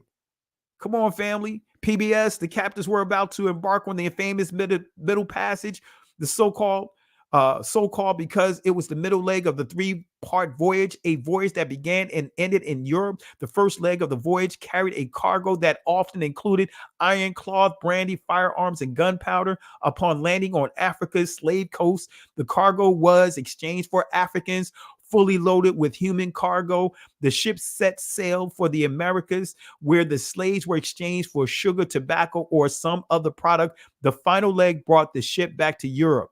The slaves were branded with hot irons and restrained with shackles. Come on, family. Come on, family.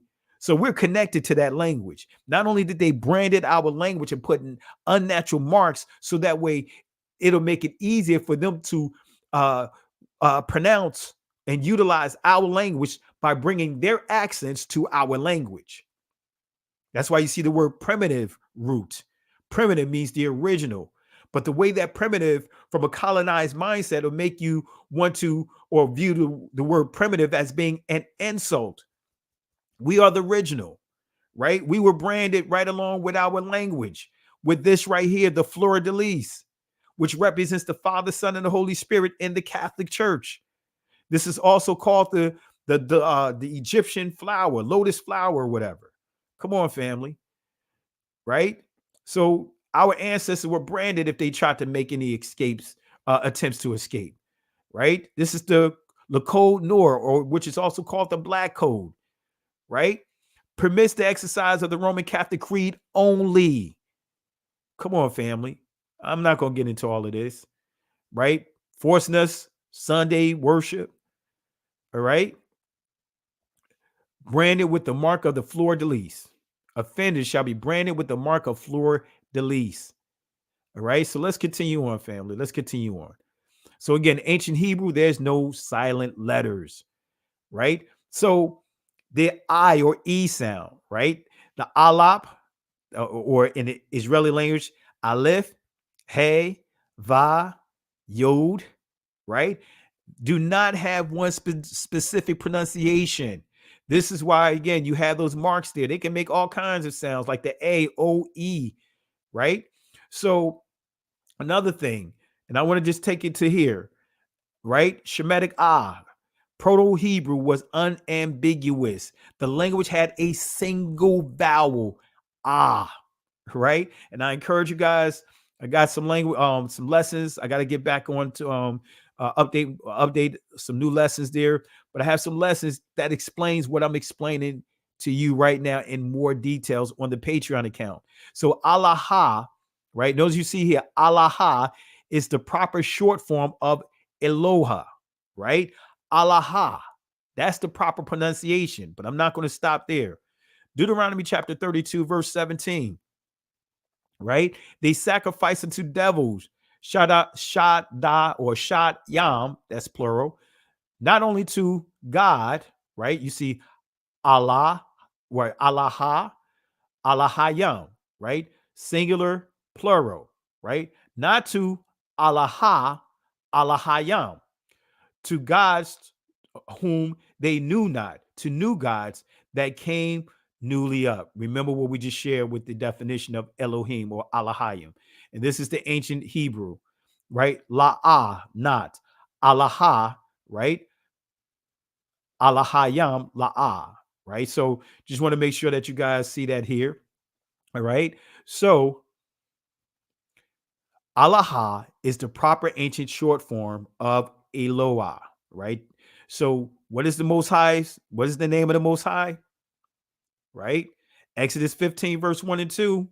Guess what it says? They sang Moses, the children of Israel, this song unto Yahweh, and spake, saying, I will sing unto Yahweh, because when you see Lord, it's actually Yahweh in the ancient Hebrew, for he that hath triumphed gloriously, the horse and his riders hath he thrown into the sea. Verse 2, Yahweh is my strength and my song. This is the first Psalms. And he is become my salvation. He is my Allah. Uh-oh, wait a minute. We saw Allah, but now we see Allah. Uh-oh. Does this point to Islam? I'm going to show you and prove you. Absolutely not. Why? Because Islam is a 6th century religion, right? And the people in that area was worshiping a completely different deity. Allah, or should I say Arabic, comes from the Syriac language, right? Which existed well before Arabic came into form. The word Allah was used in Hebrew. It was used in other Semitic languages that was not being used the way that it's being used today in Islam. So I just want to point that out. But here, you see the Most High makes it clear what his name is. My Father, Allahai, or Allahaya, right? And I will exalt him. All right. So I will prepare him in habitation. My Father's Allahai. Hebrew definition of Allahai. Now let's pull it up here, family. I'm going to pull it up here. Notice what you see here. I'm enlarging this, right? Notice what you see here. I want to make sure that you see this on your screen, right? We see Elohim, right? And we see Elo. Yeah, that's still the same. Still look like it's pronounced the same. I'm looking at it. It's tiny for me. So, right. So we see here El, right? That's when you get L. But again, this is Israeli, right? This is not ancient Hebrew. As far as the pronunciations, right? I can't tell what that letter is right? That'll be Elo, but I can't tell what that is right there. Looks like A, look like something there. I can't tell. All right. But notice some of these pronunciations. Elohi, Elohi, right? Just what we just pointed out. God-like, divine, right? Formed from I can't tell what that is. Maybe it's just late. My eyes are deceiving me, right?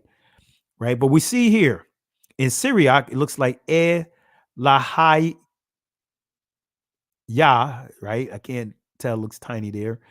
But notice what we see here. Arabic, Ilahi, right? Ilahi. Or some would say Alahi, right?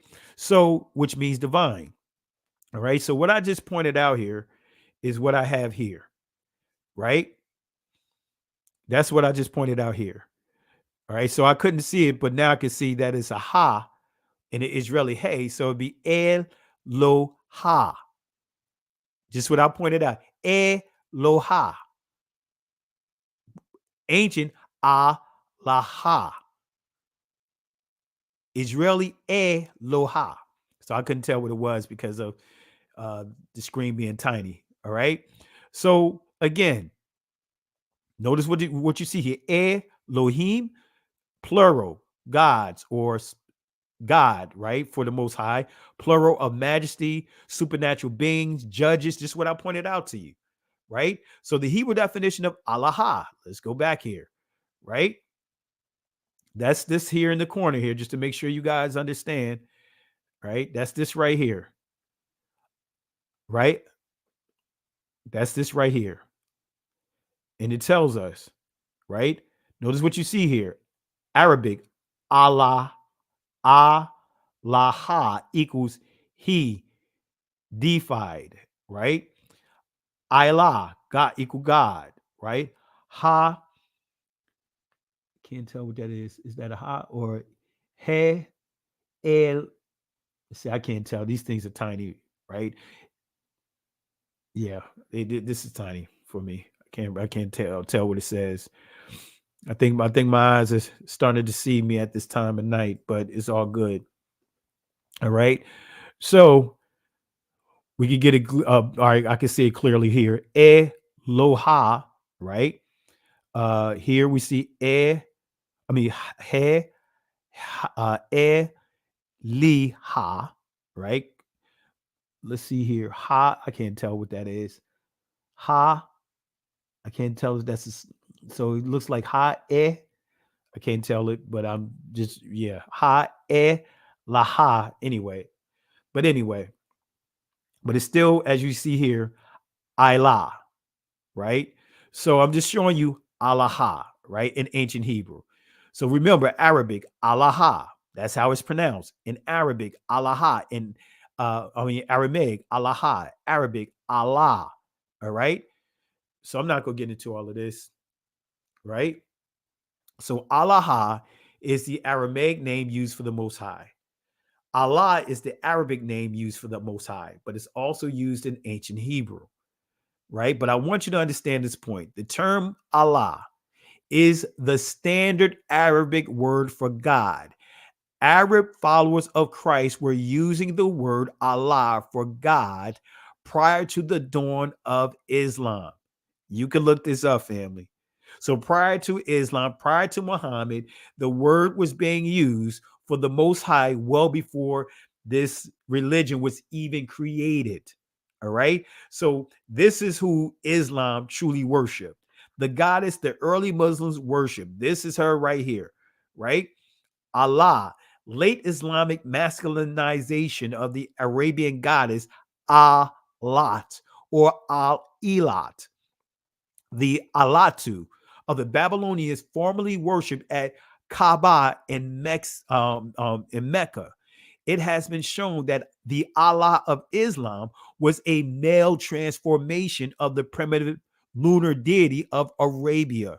Her ancient symbol, the crescent moon, still appears on Islamic flags, even though modern Muslims no longer admit any feminine symbolism whatever connected with the holy patriarchal Allah. So their deity, right? When you study the history, right? In this territory, there was over 360 different religions, belief systems there. And Muhammad gravitated to this particular one. All right. So the original deity that they worship was Allat, contrary to what they would tell you. Last point I want to make about Islam, and I'm going to drop the link inside the comment section, right? I'm going to drop the link in the comment section. Outlines of ancient Egyptians history, right? And why am I bringing this up? How many of you guys saw the movie Black Adam? If you saw Black Adam, type 1 in the comment section. If you saw Black Adam, type 1 inside the comment section. All right. If you saw Black Adam, type 1 in the comment section. All right. I see some ones. All right. If you saw it, type 1. If you didn't, type 2. So Jay Highstyle said he's seen it. The threat, to us, didn't see it. Right. Azariah didn't see it. Servant of Yah of the Most High, right? Saw it. All right. So it looks like most of you guys have seen it. All right. Now, for me,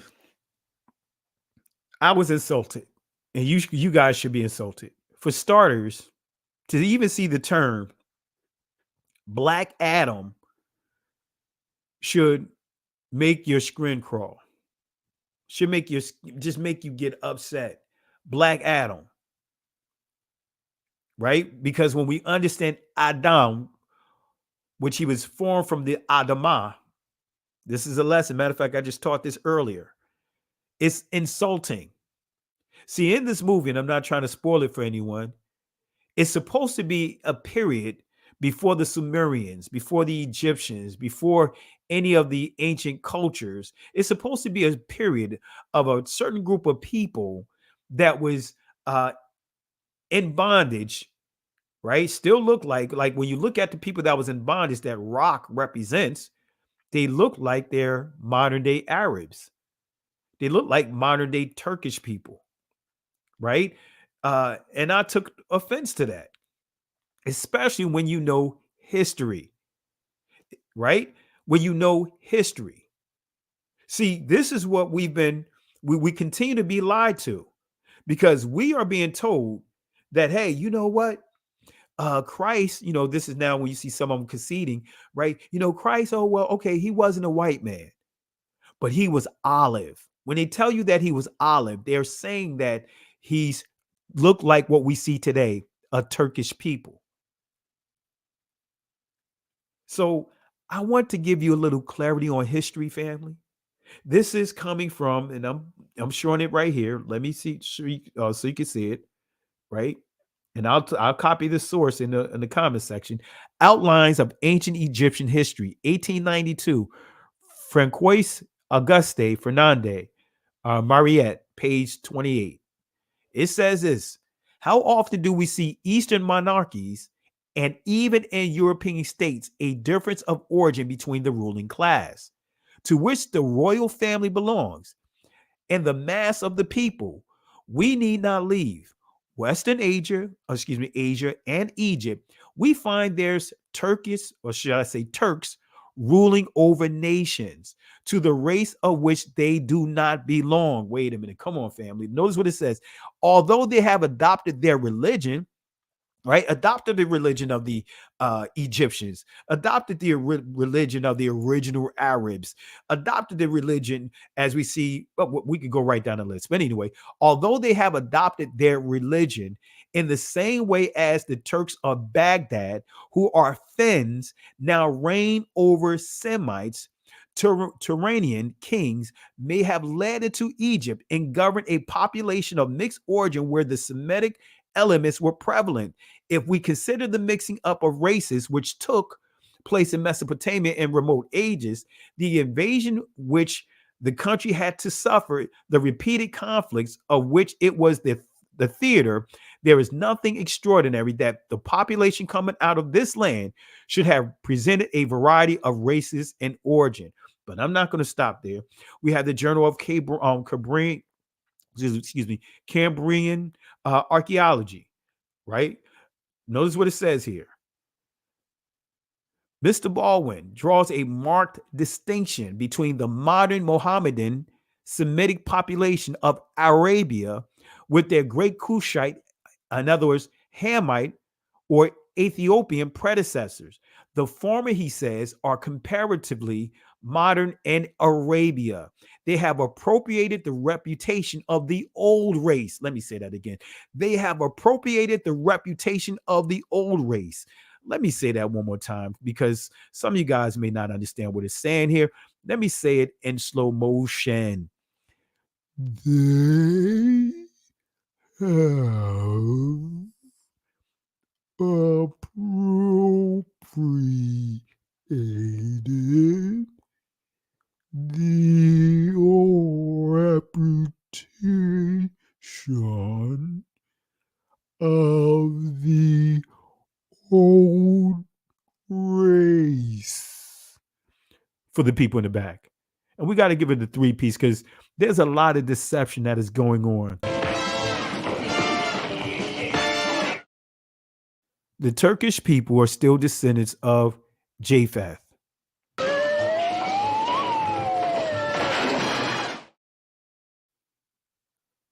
Family, I just want to share that there. See, we have been lied from every front. From every front. Don't get sucked into religion. Let me say that again. Don't get sucked into religion. You don't need a religion to have a relationship with the Father, Son, and the Holy Spirit. You don't need to be part of a religion to claim your culture. This is how the delusion is going, family. When you understand the crafty counsel, all of these people are operating under the spirits of Ishmael, the spirits of Esau, the spirits of the Moabites, the spirits of the Ammonites, and others that are listed there to make sure that we don't know who we are, to keep us dumbed down. All right. So another time in history, other nations made efforts to force Israel to convert by denouncing their ancient heritage. Guess what? Through the law of return. The law of return, this is the definition of it. I'm not going to go too deep on this because this is some other lessons I have on this. I've taught a number of lessons on this, but the law of return. For the purposes of this law, Jew means a person who was born of a Jewish mother or has become converted to Judaism and who is not a member of another religion. So understand this, family. See, once our heritage got hijacked, now these are the definitions, right? If you are born to someone that was converted, you still are referred to as a Jew. So now our brothers and sisters like Amari Stoudemire he makes it clear he knows that he's an Israelite, right? But he converted to Judaism, to practice Judaism for confirmation. Come on, family. That's not biblical. There's not a single passage that says that Yah's people, the true people, have to convert to anything or become proselytes. Now, we know when we see the word convert, it's referring to those Israelites that began, bloodline Israelites that began to believe in the Messiah. But they were not proselytes. They were not converting to Judaism. Come on, family. This Judaism that we see today, come on, family. Come on, family. Is the law of return promoting biblical conversion of proselytes? Here's the Hebrew definition of convert, right? It says to turn back, right? Generally to retreat again, right? This is what it means to convert. So guess what, family? Right? We can be out of place and convert back to the Most High, be turned back to the Most High, right? Recall, recompense, recover, refresh, relive, rescue, restore, return, reverse. And when we see Isaiah 6, verse 10, it says here, and we'll see it right here. We see Shab or Shabbat, make thy heart of this people fat, and make their ears heavy, and shut their eyes, lest they see with their eyes and hear with their ears and understand, right? Bayan, with their heart, labab, and convert, Shabbat or Shab, and be healed, Rapa'ah, right? So this is telling Israel in a nutshell to come back to the Most High, right? Greek definition of convert. Notice what it says here. Revert. Come again. Convert. Turn. Return. Right? About again. Right? James 5, verse 19 and 20. Notice what it says here.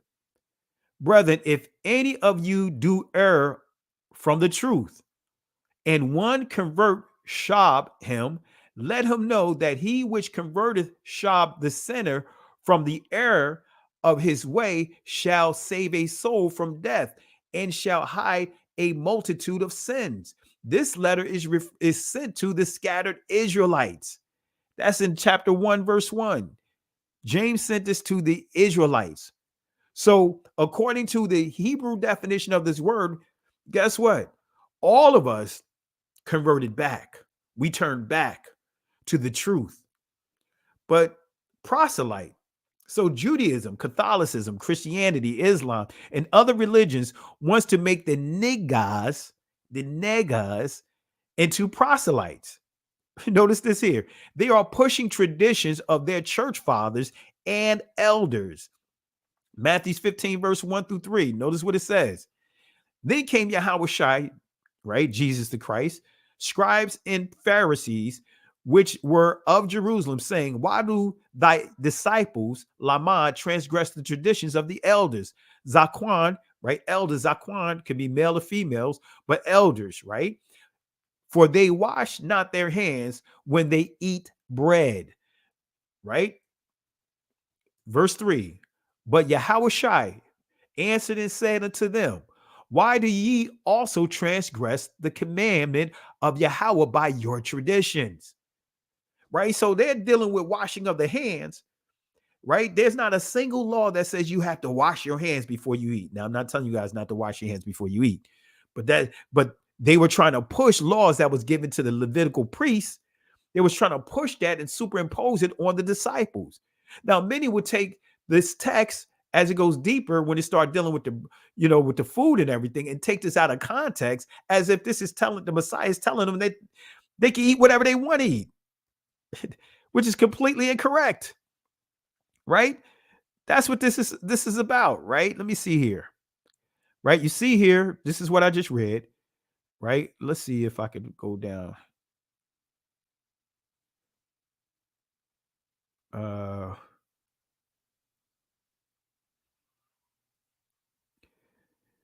Yeah, I have to go into it, right? I have to bring it out here. But that's what this is saying right here.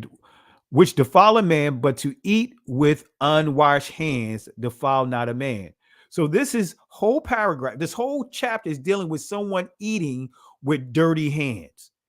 They were teaching that dirty hands defiles a person. This is what was not saying eating pork, giving the okay with eating pork. This is dealing with eating with dirty hands, family. This has nothing to do with the dietary laws, but it's eating with dirty hands. So I want to make sure you guys right here, verse 17, do not ye understand that whatsoever enter in at the mouth goes into the belly and is cast out in the draught. So it's saying if you eat with dirty hands, if you eat dirt, guess what? It's going to come out in your dung. That's what it's saying here. Some of you guys would say do, right? Anyway, but this has nothing to do with anyone trying to take this scripture, because there's some within this awakening have taken this scripture to try to suggest that the Messiah is saying it's okay to eat pork. This has nothing to do with that. This is saying if you eat with dirty hands, and the key is if your hands are dirty, if some of that dirt get in your mouth, you swallow it, says it's going to come out in your bowel movements. So I hope I gave some proper understanding on this. All right. Got me sounding like leaders of the old school. or the new school, right? We bust around back in the day. Straight doo-doo, right? Anyway, so, but Yahushua made it clear to them, why do ye also transgress the commandments of Yahweh by your traditions? So you had these Pharisees, you had these religious people, these scribes, right? Actually, we're dealing with the scribes, these the lawyers, and also we're dealing with the Pharisees. So you have the lawyers, which is you start dealing with the Sanhedrin, these the lawyers, the Pharisees. They're trying to promote religions or traditions of the elders and make those more weightier than the actual commandments. So if the Messiah is doing away with the commandments, why is he correcting the elders? Why is he correcting the Pharisees and the scribes, the lawyers, on obeying the commandments? Come on, family. Anyway, so convert or proselyte, right? Here's proselyte, right? An arriver from a foreign region, an example, special, and a setter, in other words, convert to Judaism. So this can be a very touchy word here. So, but what they are doing, when you see Christianity, that is proselyte. When you see Judaism, that is proselyte, converting to what? Judaism, to become Jewish, right? That's why you see the rabbi asking the Limba or the Igbo elders about giving up following the ancient Torah to follow this modern Judaism. Let's play it one more time here. I'm hearing some of your traditions.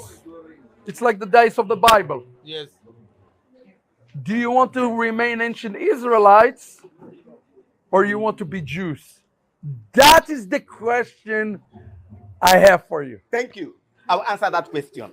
Go ahead, I will help you. After the demise of Solomon, we now have the northern and southern kingdom of Israel. Yes. So when we talk about Jews, Jews are Israelites, but all Israelites are not Jews. The 10 tribes that got lost are not Jews. They were Israelites. Jews are Israelites, but all Israelites are not Jews. The 10 tribes that got lost are not Jews. They were Israelites. Jews are Israelites, but all Israelites are not Jews.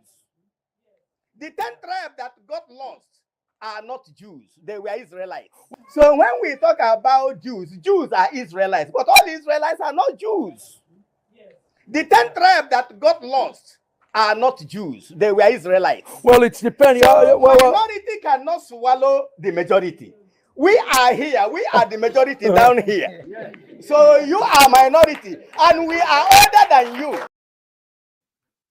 So you have proselytes trying to make proselytes out of the original people.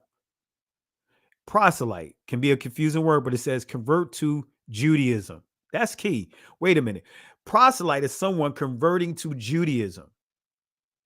Stranger, one who has come over, having arrived. Think about it, family. Think about it, family.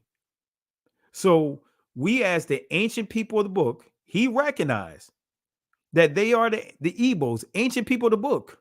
But he's asking them to denounce honoring Torah according to the ancient, the old, and embrace Judaism. Convert to being a Jew. Convert to being Jewish.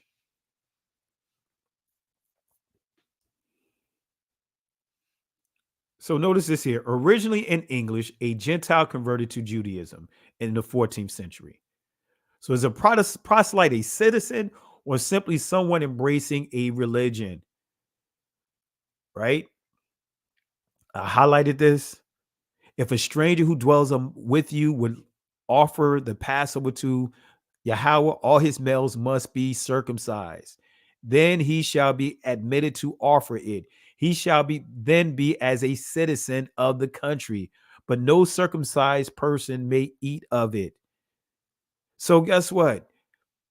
Right? Following the law, statutes, and commandments allows the non-blood descendants of Israel to be a citizen among the Israelites. But guess what? There were certain roles that they could not take. We see that to be a king had to come only from Israel. We see the judges. We see all of them. They were Israelites. And that's a whole nother discussion when we start dealing with what's his name? I can't think of the name. Joshua and I can't think of Caleb and Joshua, because many will teach that Caleb was a non-blood descendant of Israel. So here it is, Moses going to have someone representative of each of the 12 tribes. All through Numbers, we see the importance of that. And then suddenly he's going to have a non-blood descendant of Israel to represent one of the tribes. We see that the Messiah appointed 12 disciples. All of them were blood descendants of Israel. We don't see him using someone that's not a blood descendant of Israel, but they want you to believe that. And I'm going to do a special teaching on Caleb to prove to you that Caleb was not a outside of the blood descendants of Israel. So we see here, and this is from the Tanakh, if a stranger who dwells with you would offer Passover to the Most High, Yahweh, all his males must be circumcised. Then he shall be admitted to offer it. He shall then be as a citizen of the country, but no uncircumcised person may eat of it. There shall be one law. There we go again. For the citizen and for the strangers who shall dwell among you. And it says, so and all the Israelites did so as Yahweh had commanded Moses and Aaron. So they did. All right. I'm going to stop right here, family, because my throat is really getting to me. All right. But this is giving you a history of the Talmud. This is not written in the ancient time. Right. It began its writings between the 3rd and 5th century. Right. A book of the Talmud was written like in the 9th and 10th century. So bear with me one second.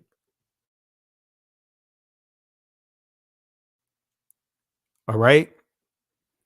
So Simon, right? I encourage you guys to go look at the lesson that I did on Simon, right? And get clarity on that. I see Simon the Canaanite. I did a lesson on Nagas, and I go into breaking down Simon, right? Niger, Simon the Niger. I went and broke that down. So I encourage you guys to watch that lesson, because I really went in and gave you proper clarity with that, right? I could also prove that Nicodemus was a brother man, right? Because Nick, right, is a short form of Nig, right? Nig, Negas, Negaste. So Nick, right, is interchangeable with Nig, short form of Nagad or Negas or Neg. Anyway, they all are connected. All right. So let's go ahead and just highlight one more thing. I said I was going to do this. I'm going to drop the link here for anyone that want to jump in. I know it's getting kind of late, but I will drop the link. All right. Let's see here. Be respectful, family. Be respectful. All right. Let me show you one last thing, right? Because I know this, especially when you start dealing with the word Christian, and like I said, I'm not telling anyone that I'm not looking at you a certain way if you use the word, but I'm gonna make it clear. Don't force the word on me. If I say that I don't choose to use it, or someone else say that they choose that they don't want to use the word Christian, then guess what? Respect that person. If they say that they're a follower of the way, respect that person.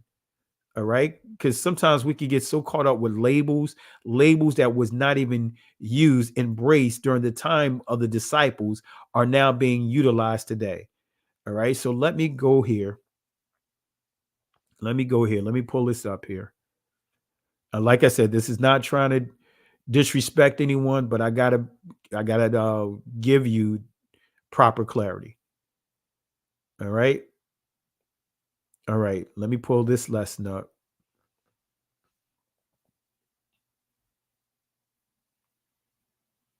Let me see here. All right. I'm going to run through this pretty quick, family.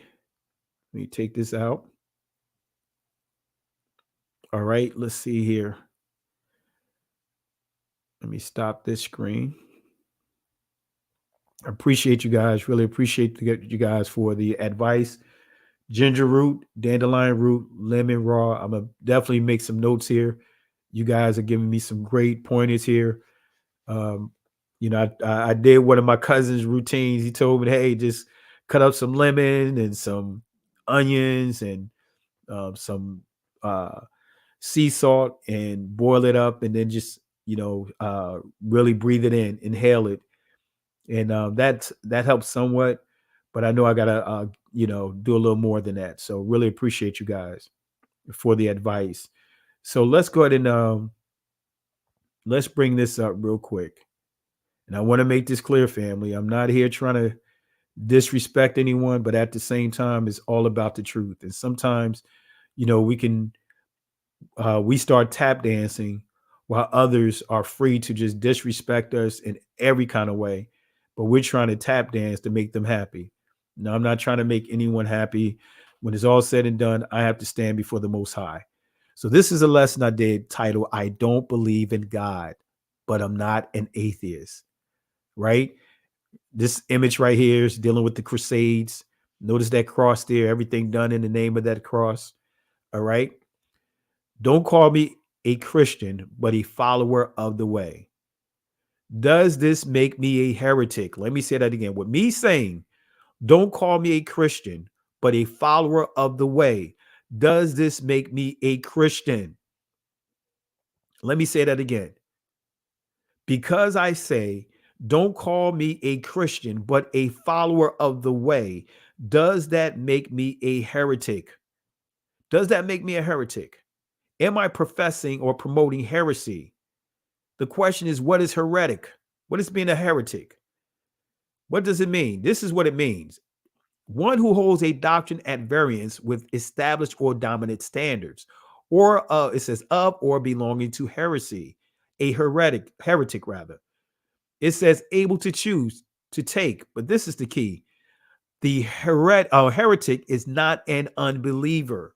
See, the people in church got it wrong. They're so quick to throw the label on many of us as being a heretic because we're not embracing many of the things that they are pushing within Christianity that caused our people to be in bad standards with the Most High, caused the predicament, caused us to have to deal with the punishment and consequences. The heretic is not an unbeliever, far from it, but rather a man who emphasizes some point of doctrine too strongly and obsessively. So the heretic is not an unbeliever. I want to make sure you guys understand that.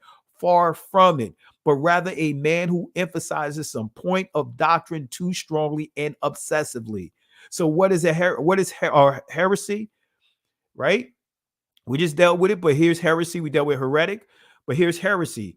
Doctrine or opinion at variance with established standards. Doctrine or opinion, right? An opinion of private men different from that of the Catholic and Orthodox Church. So heresy is those that goes against the Orthodox, the common opinion, or the common teachings of the Catholic and Orthodox Church. Like when they taught that we are cursed with dark skin. Like they teach that we are not under the law, right? When they teach us all kinds of things that, hey, we don't have to honor the feast days. We don't have to deal with all these different things, right? When you're teaching the actual scriptures, we are considered heresy, right? According to the Catholic and Orthodox Church. School of thought, philosophical sect. A taking or choosing for oneself, a choice, a meaning of taking. Take, seize, to choose. So the meaning, unorthodox religious sect or doctrine. In other words, you're not going with the flow. You're not going with the flow of the majority. You questioning some of these teachings, right? In Latin, word as used by Christian writers in late Latin, okay? So the Greek definition of heresy, I want y'all to pay attention to this. Notice what it says here. A choice, an example, special party or abstract, disunion. A body of men following their own tenets, sect, or party, right? Now, notice this here. Key understanding to heretic. An opinion of private men different from that of the Catholic and or Orthodox Church. So guess what? Apostle Paul was accused by Israelites who didn't follow the Messiah as being operating in heresy. He was accused of being a heretic, right? Now, here's the kicker to bring this definition in what I just read to you, give you clarity, because a heretic is a believer. Remember, I said that a heretic is a believer, but they're holding on to certain things that others may think that is extreme. Acts chapter 24, verse 13 and 14, Paul is going to give clarity here. Neither can they prove the things whereof they now accuse me. But this I confess unto thee, that after the way, wait a minute, Paul is making it clear that he's after the way. He's a follower of the way, which they call heresy, right? A group, right? The followers of the way, they call them heretics. They call them, because of following the Messiah. These Israelites didn't believe in the Messiah. They considered the followers of the way to be heretics. So worship I Elohim of my fathers, believing all things which are written in the law and the prophets. So Paul is making this clear that, hey, he done gone up into the temples with them, worshiping and honoring the feast days and all these different things. But he believes in the Messiah. But Paul says he's a follower of the way. Wait a minute. But Paul never wrote in any of his letters that he's a Christian. Family, even though Paul was a prisoner, that still doesn't equate to the word Christian. And I'll get to there in a second. So worship I, the Elohim of my fathers, believing all things which are written in the law and the prophets. At that time, that will be considered what we call today the Old Testament. Because guess what? The law and the prophets, right? The first 5 books, and then, all the writings like Psalms and, the prophets like Isaiah and all those guys, that will be lumped up under this right here. The law, the first 5, Torah, and the prophets, the writings of the prophets, right?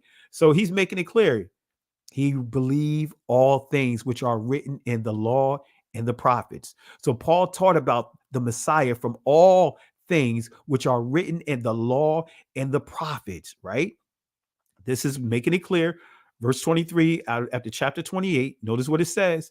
And when they had appointed him a day, there came many to him into his lodging, to whom he expounded and testified the kingdom of Yahweh, persuading them concerning Yahweh Shai, both out of the law of Moses and out of the prophets from morning till evening. So he's proven, making it clear. Look, I honor the law and the prophets, but I'm showing you that the law and the prophets confirms the Messiah. So the Messiah taught all things which are written in the law of the prophets. We see this here. I'm not going to go too deep in this. Matthew 22, verse 36 to 40. We see it right here as he closes out with verse 40. On these 2 things hang all the law and the prophets. So let me fast forward, family, because I don't want to lose my voice, right? I don't want to lose my voice, right? Let's see here. Acts 9, verse 1 and 2. Saul, yet breathing out threatenings and slaughter against the disciples of Adoniah, went unto the high priest.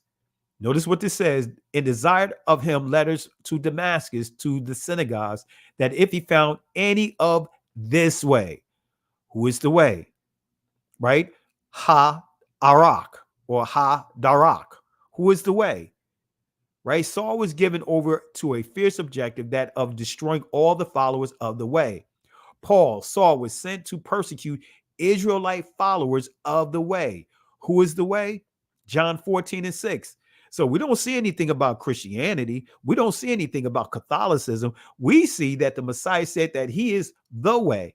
The early Hebrew Israelite followers and those that proselytes among them, guess what? They were referred to as followers of the way. The first followers of the way was blood descendants of Israel. Yahweh Shai saith unto him, I am the way.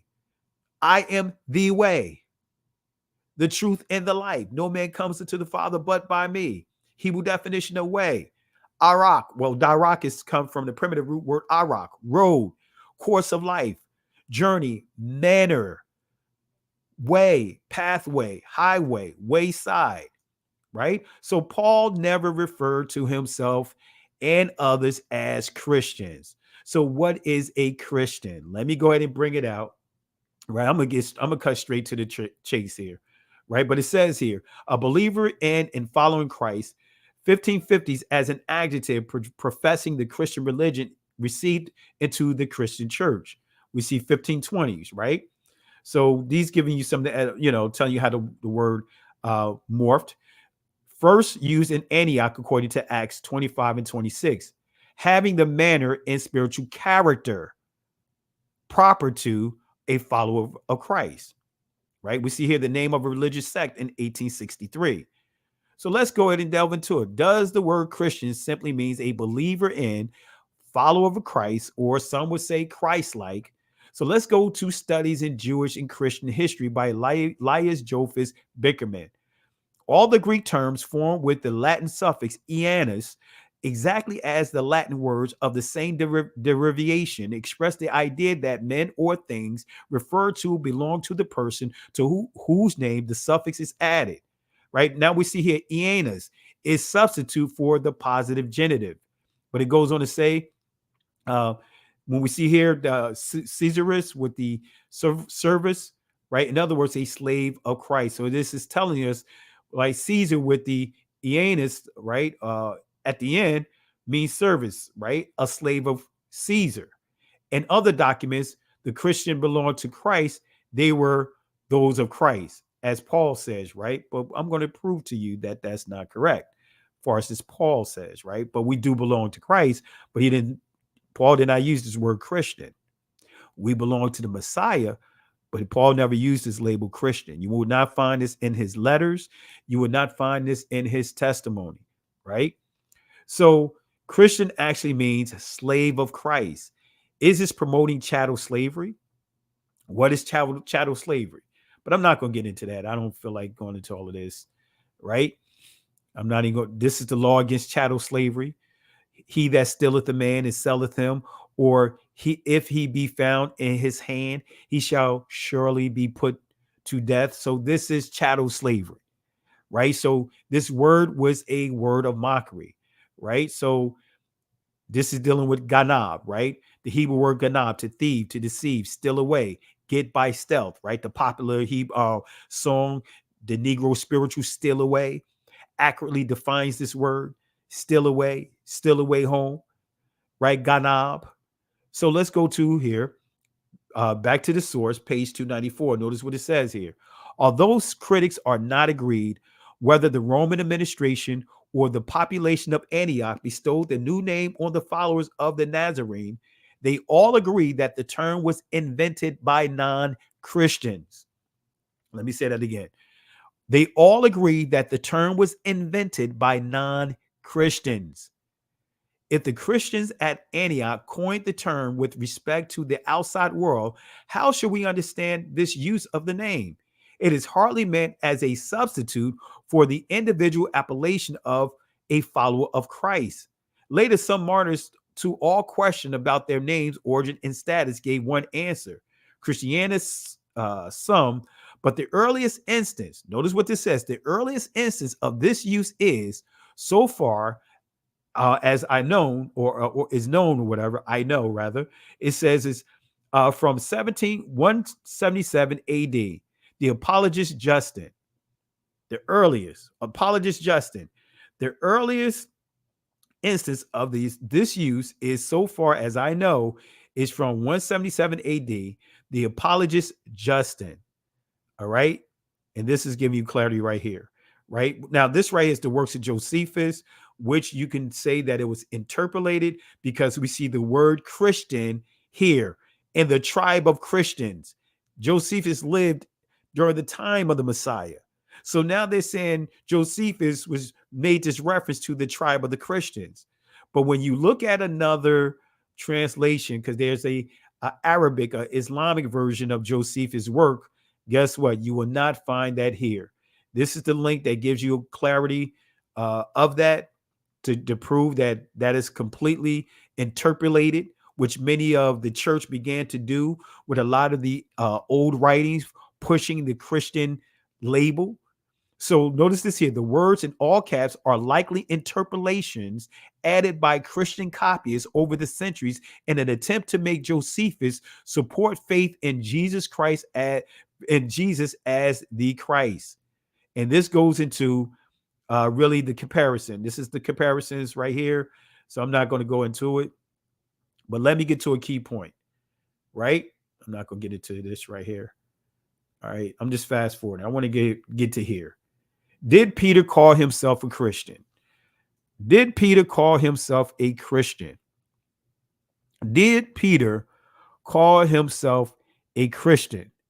And I'm going to show you he did not call us to be Christians, right? So again, when we understand how we were taught in the church, Christian means Christ-like.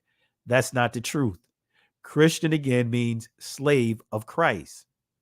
That's what it means. If you choose to call yourself that, I'm not knocking you, but don't knock me or others that say or choose not to call themselves a Christian, especially with all the craziness that we have been subjected to a people. No, I'm not embracing that name of the same people, connect myself to a people's belief system that have killed hundreds of millions of our people and did all kinds of, no, I'm not doing that. Who to this day show their hate for us when we start showing and proving that we are the people of the book. No, I'm not keeping that connection. Did Peter call himself a Christian? This is 1 Peter chapter 4, verse 16. Right? This is what many will go to. Yet if any man suffers as a Christian, let him not be ashamed, but let him glorify Elohim on this behalf. So it says, yet if any man suffers as a Christian. Let's break this down. The phrase as a. Let's go to the Greek definition of this. Right? Hos, right? It says in, or hos, right? In that manner. After that, even as, like, as unto. Right?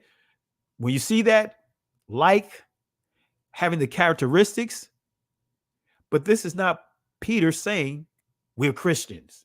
I'm going to prove this. Oxford Dictionary definition of as a. As, notice what it says. Use in comparison to refer to the extent or degree of something. Go as fast as you can is an example. But here's the kicker right here. Used to indicate by comparison the way that something happens or is done. Right? They can do as they wish. Right? As to is interchangeable with the word like. Right? In other words, having the same characteristics or quality, like, similar, having the same form.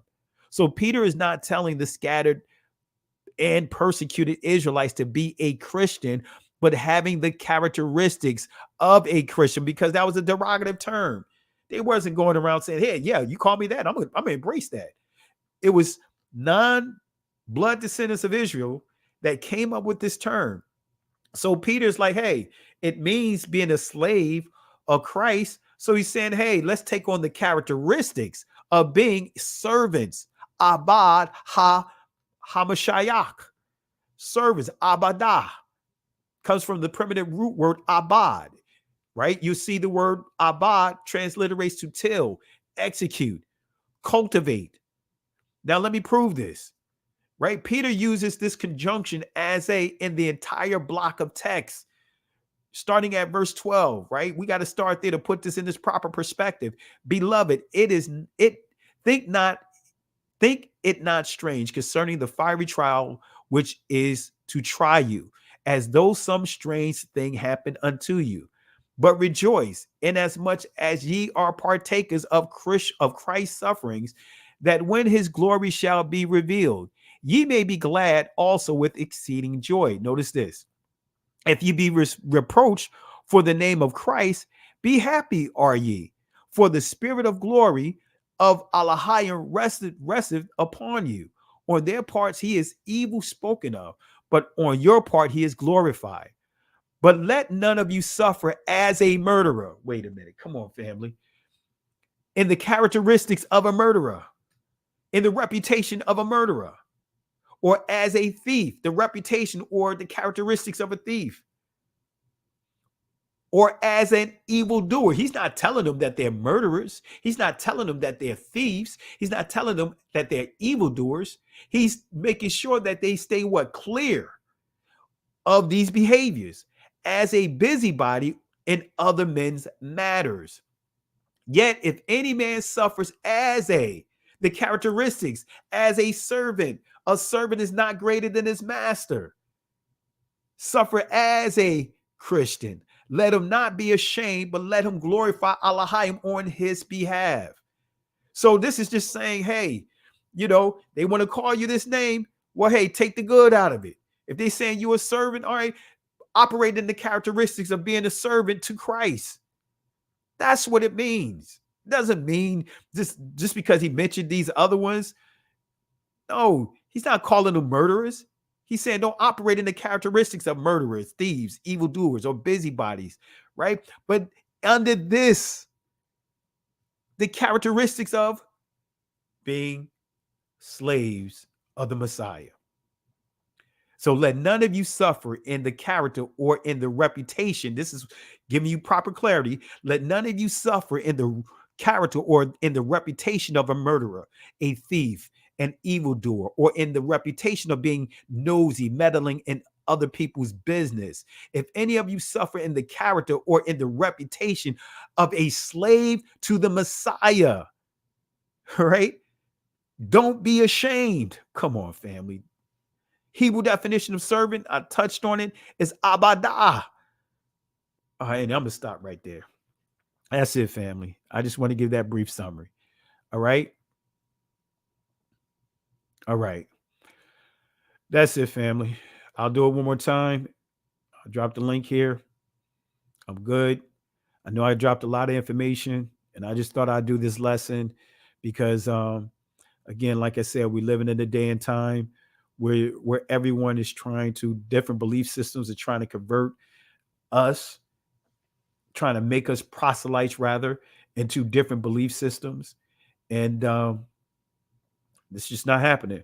Like we used to say back in the day, it's not happening, Captain.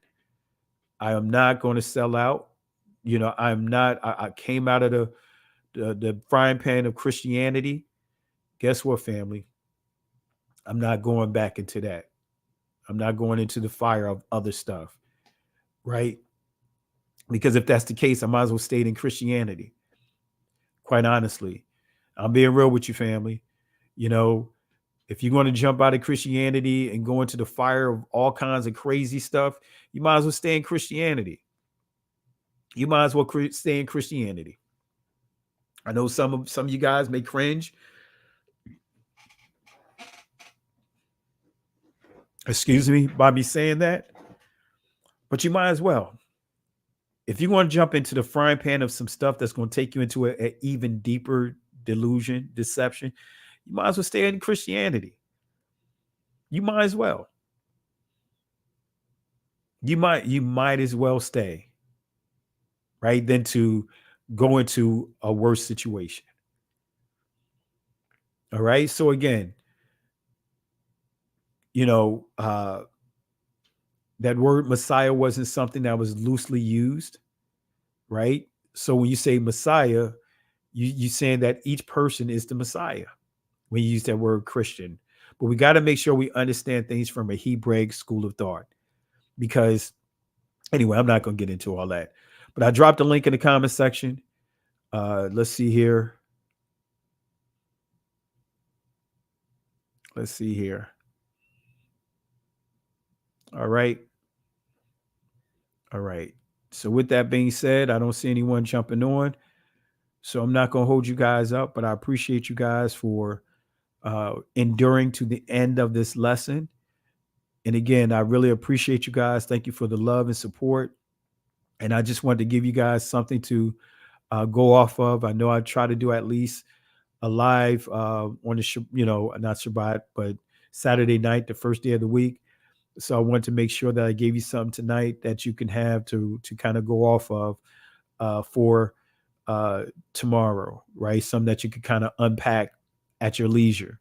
So I really appreciate you, family. And again, as I said before, if those choose to hold on to certain labels or use certain labels like Christian or Jews or Black Jews or the original Jews or Jewish, that's up to you. But don't knock those that choose not to embrace these certain labels because, again, we've been in the frying pan to Christianity, and I'm not jumping out of the frying pan of Christianity into the fire of other stuff, right? So with that being said, family, in the words of Moses, right? As a matter of fact, before we do that, let me get a garbage can. We're just going to give a garbage can to all those belief systems that's trying to make Yah's people proselytes. Let's give them a 3-piece. Oops, that's not. Let me see here. Let's give them a 3-piece in their order to go.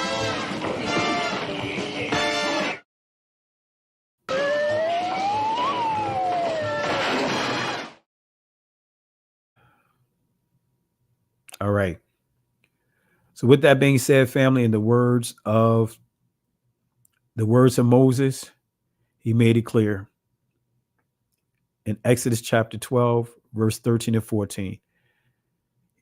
To the Israelites that was nervous and fear because they was at what seemed to be a dead end, and their past was catching up to them, the Egyptians, right? He said to them, "Fear ye not, stand still and see the salvation of Yahweh. These Egyptians that you see here today, you will never have to deal with them ever again.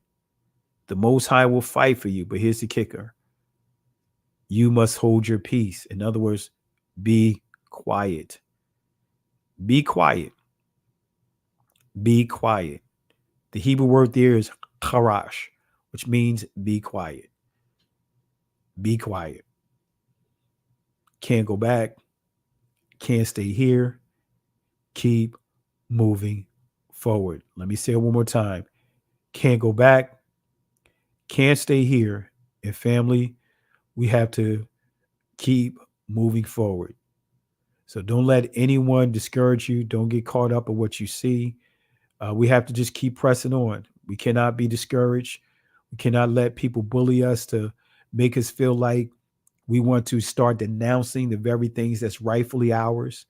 Some of our brothers and sisters have gone back to the church, right? Because not really understanding that being a Hebrew Israelite is not a religion.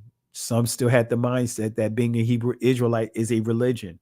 So they came into this awakening expecting certain things and probably didn't turn out the way that they had hoped. And they went right back into the church. And that's why you see some making videos denouncing Hebrew Israelite or why they left the Hebrew Israelites. It's not a religion. It's a culture. It's a bloodline. So with that being said, family, keep praying for your brothers and sisters. With that being said, shalom. Listen, Genesis chapter 11, verse 10 explains the genealogy of Shem. Shem was a black man in Africa. If you repeat this back, Genesis 14, verse 13, Abraham steps on the scene.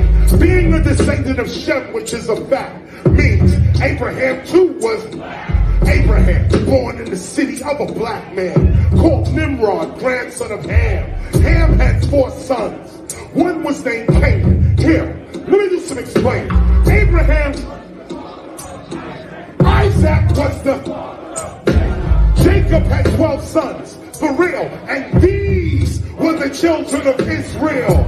According to Genesis chapter 10, these were the children of Israel. According to Genesis chapter 10, these were the children of Israel.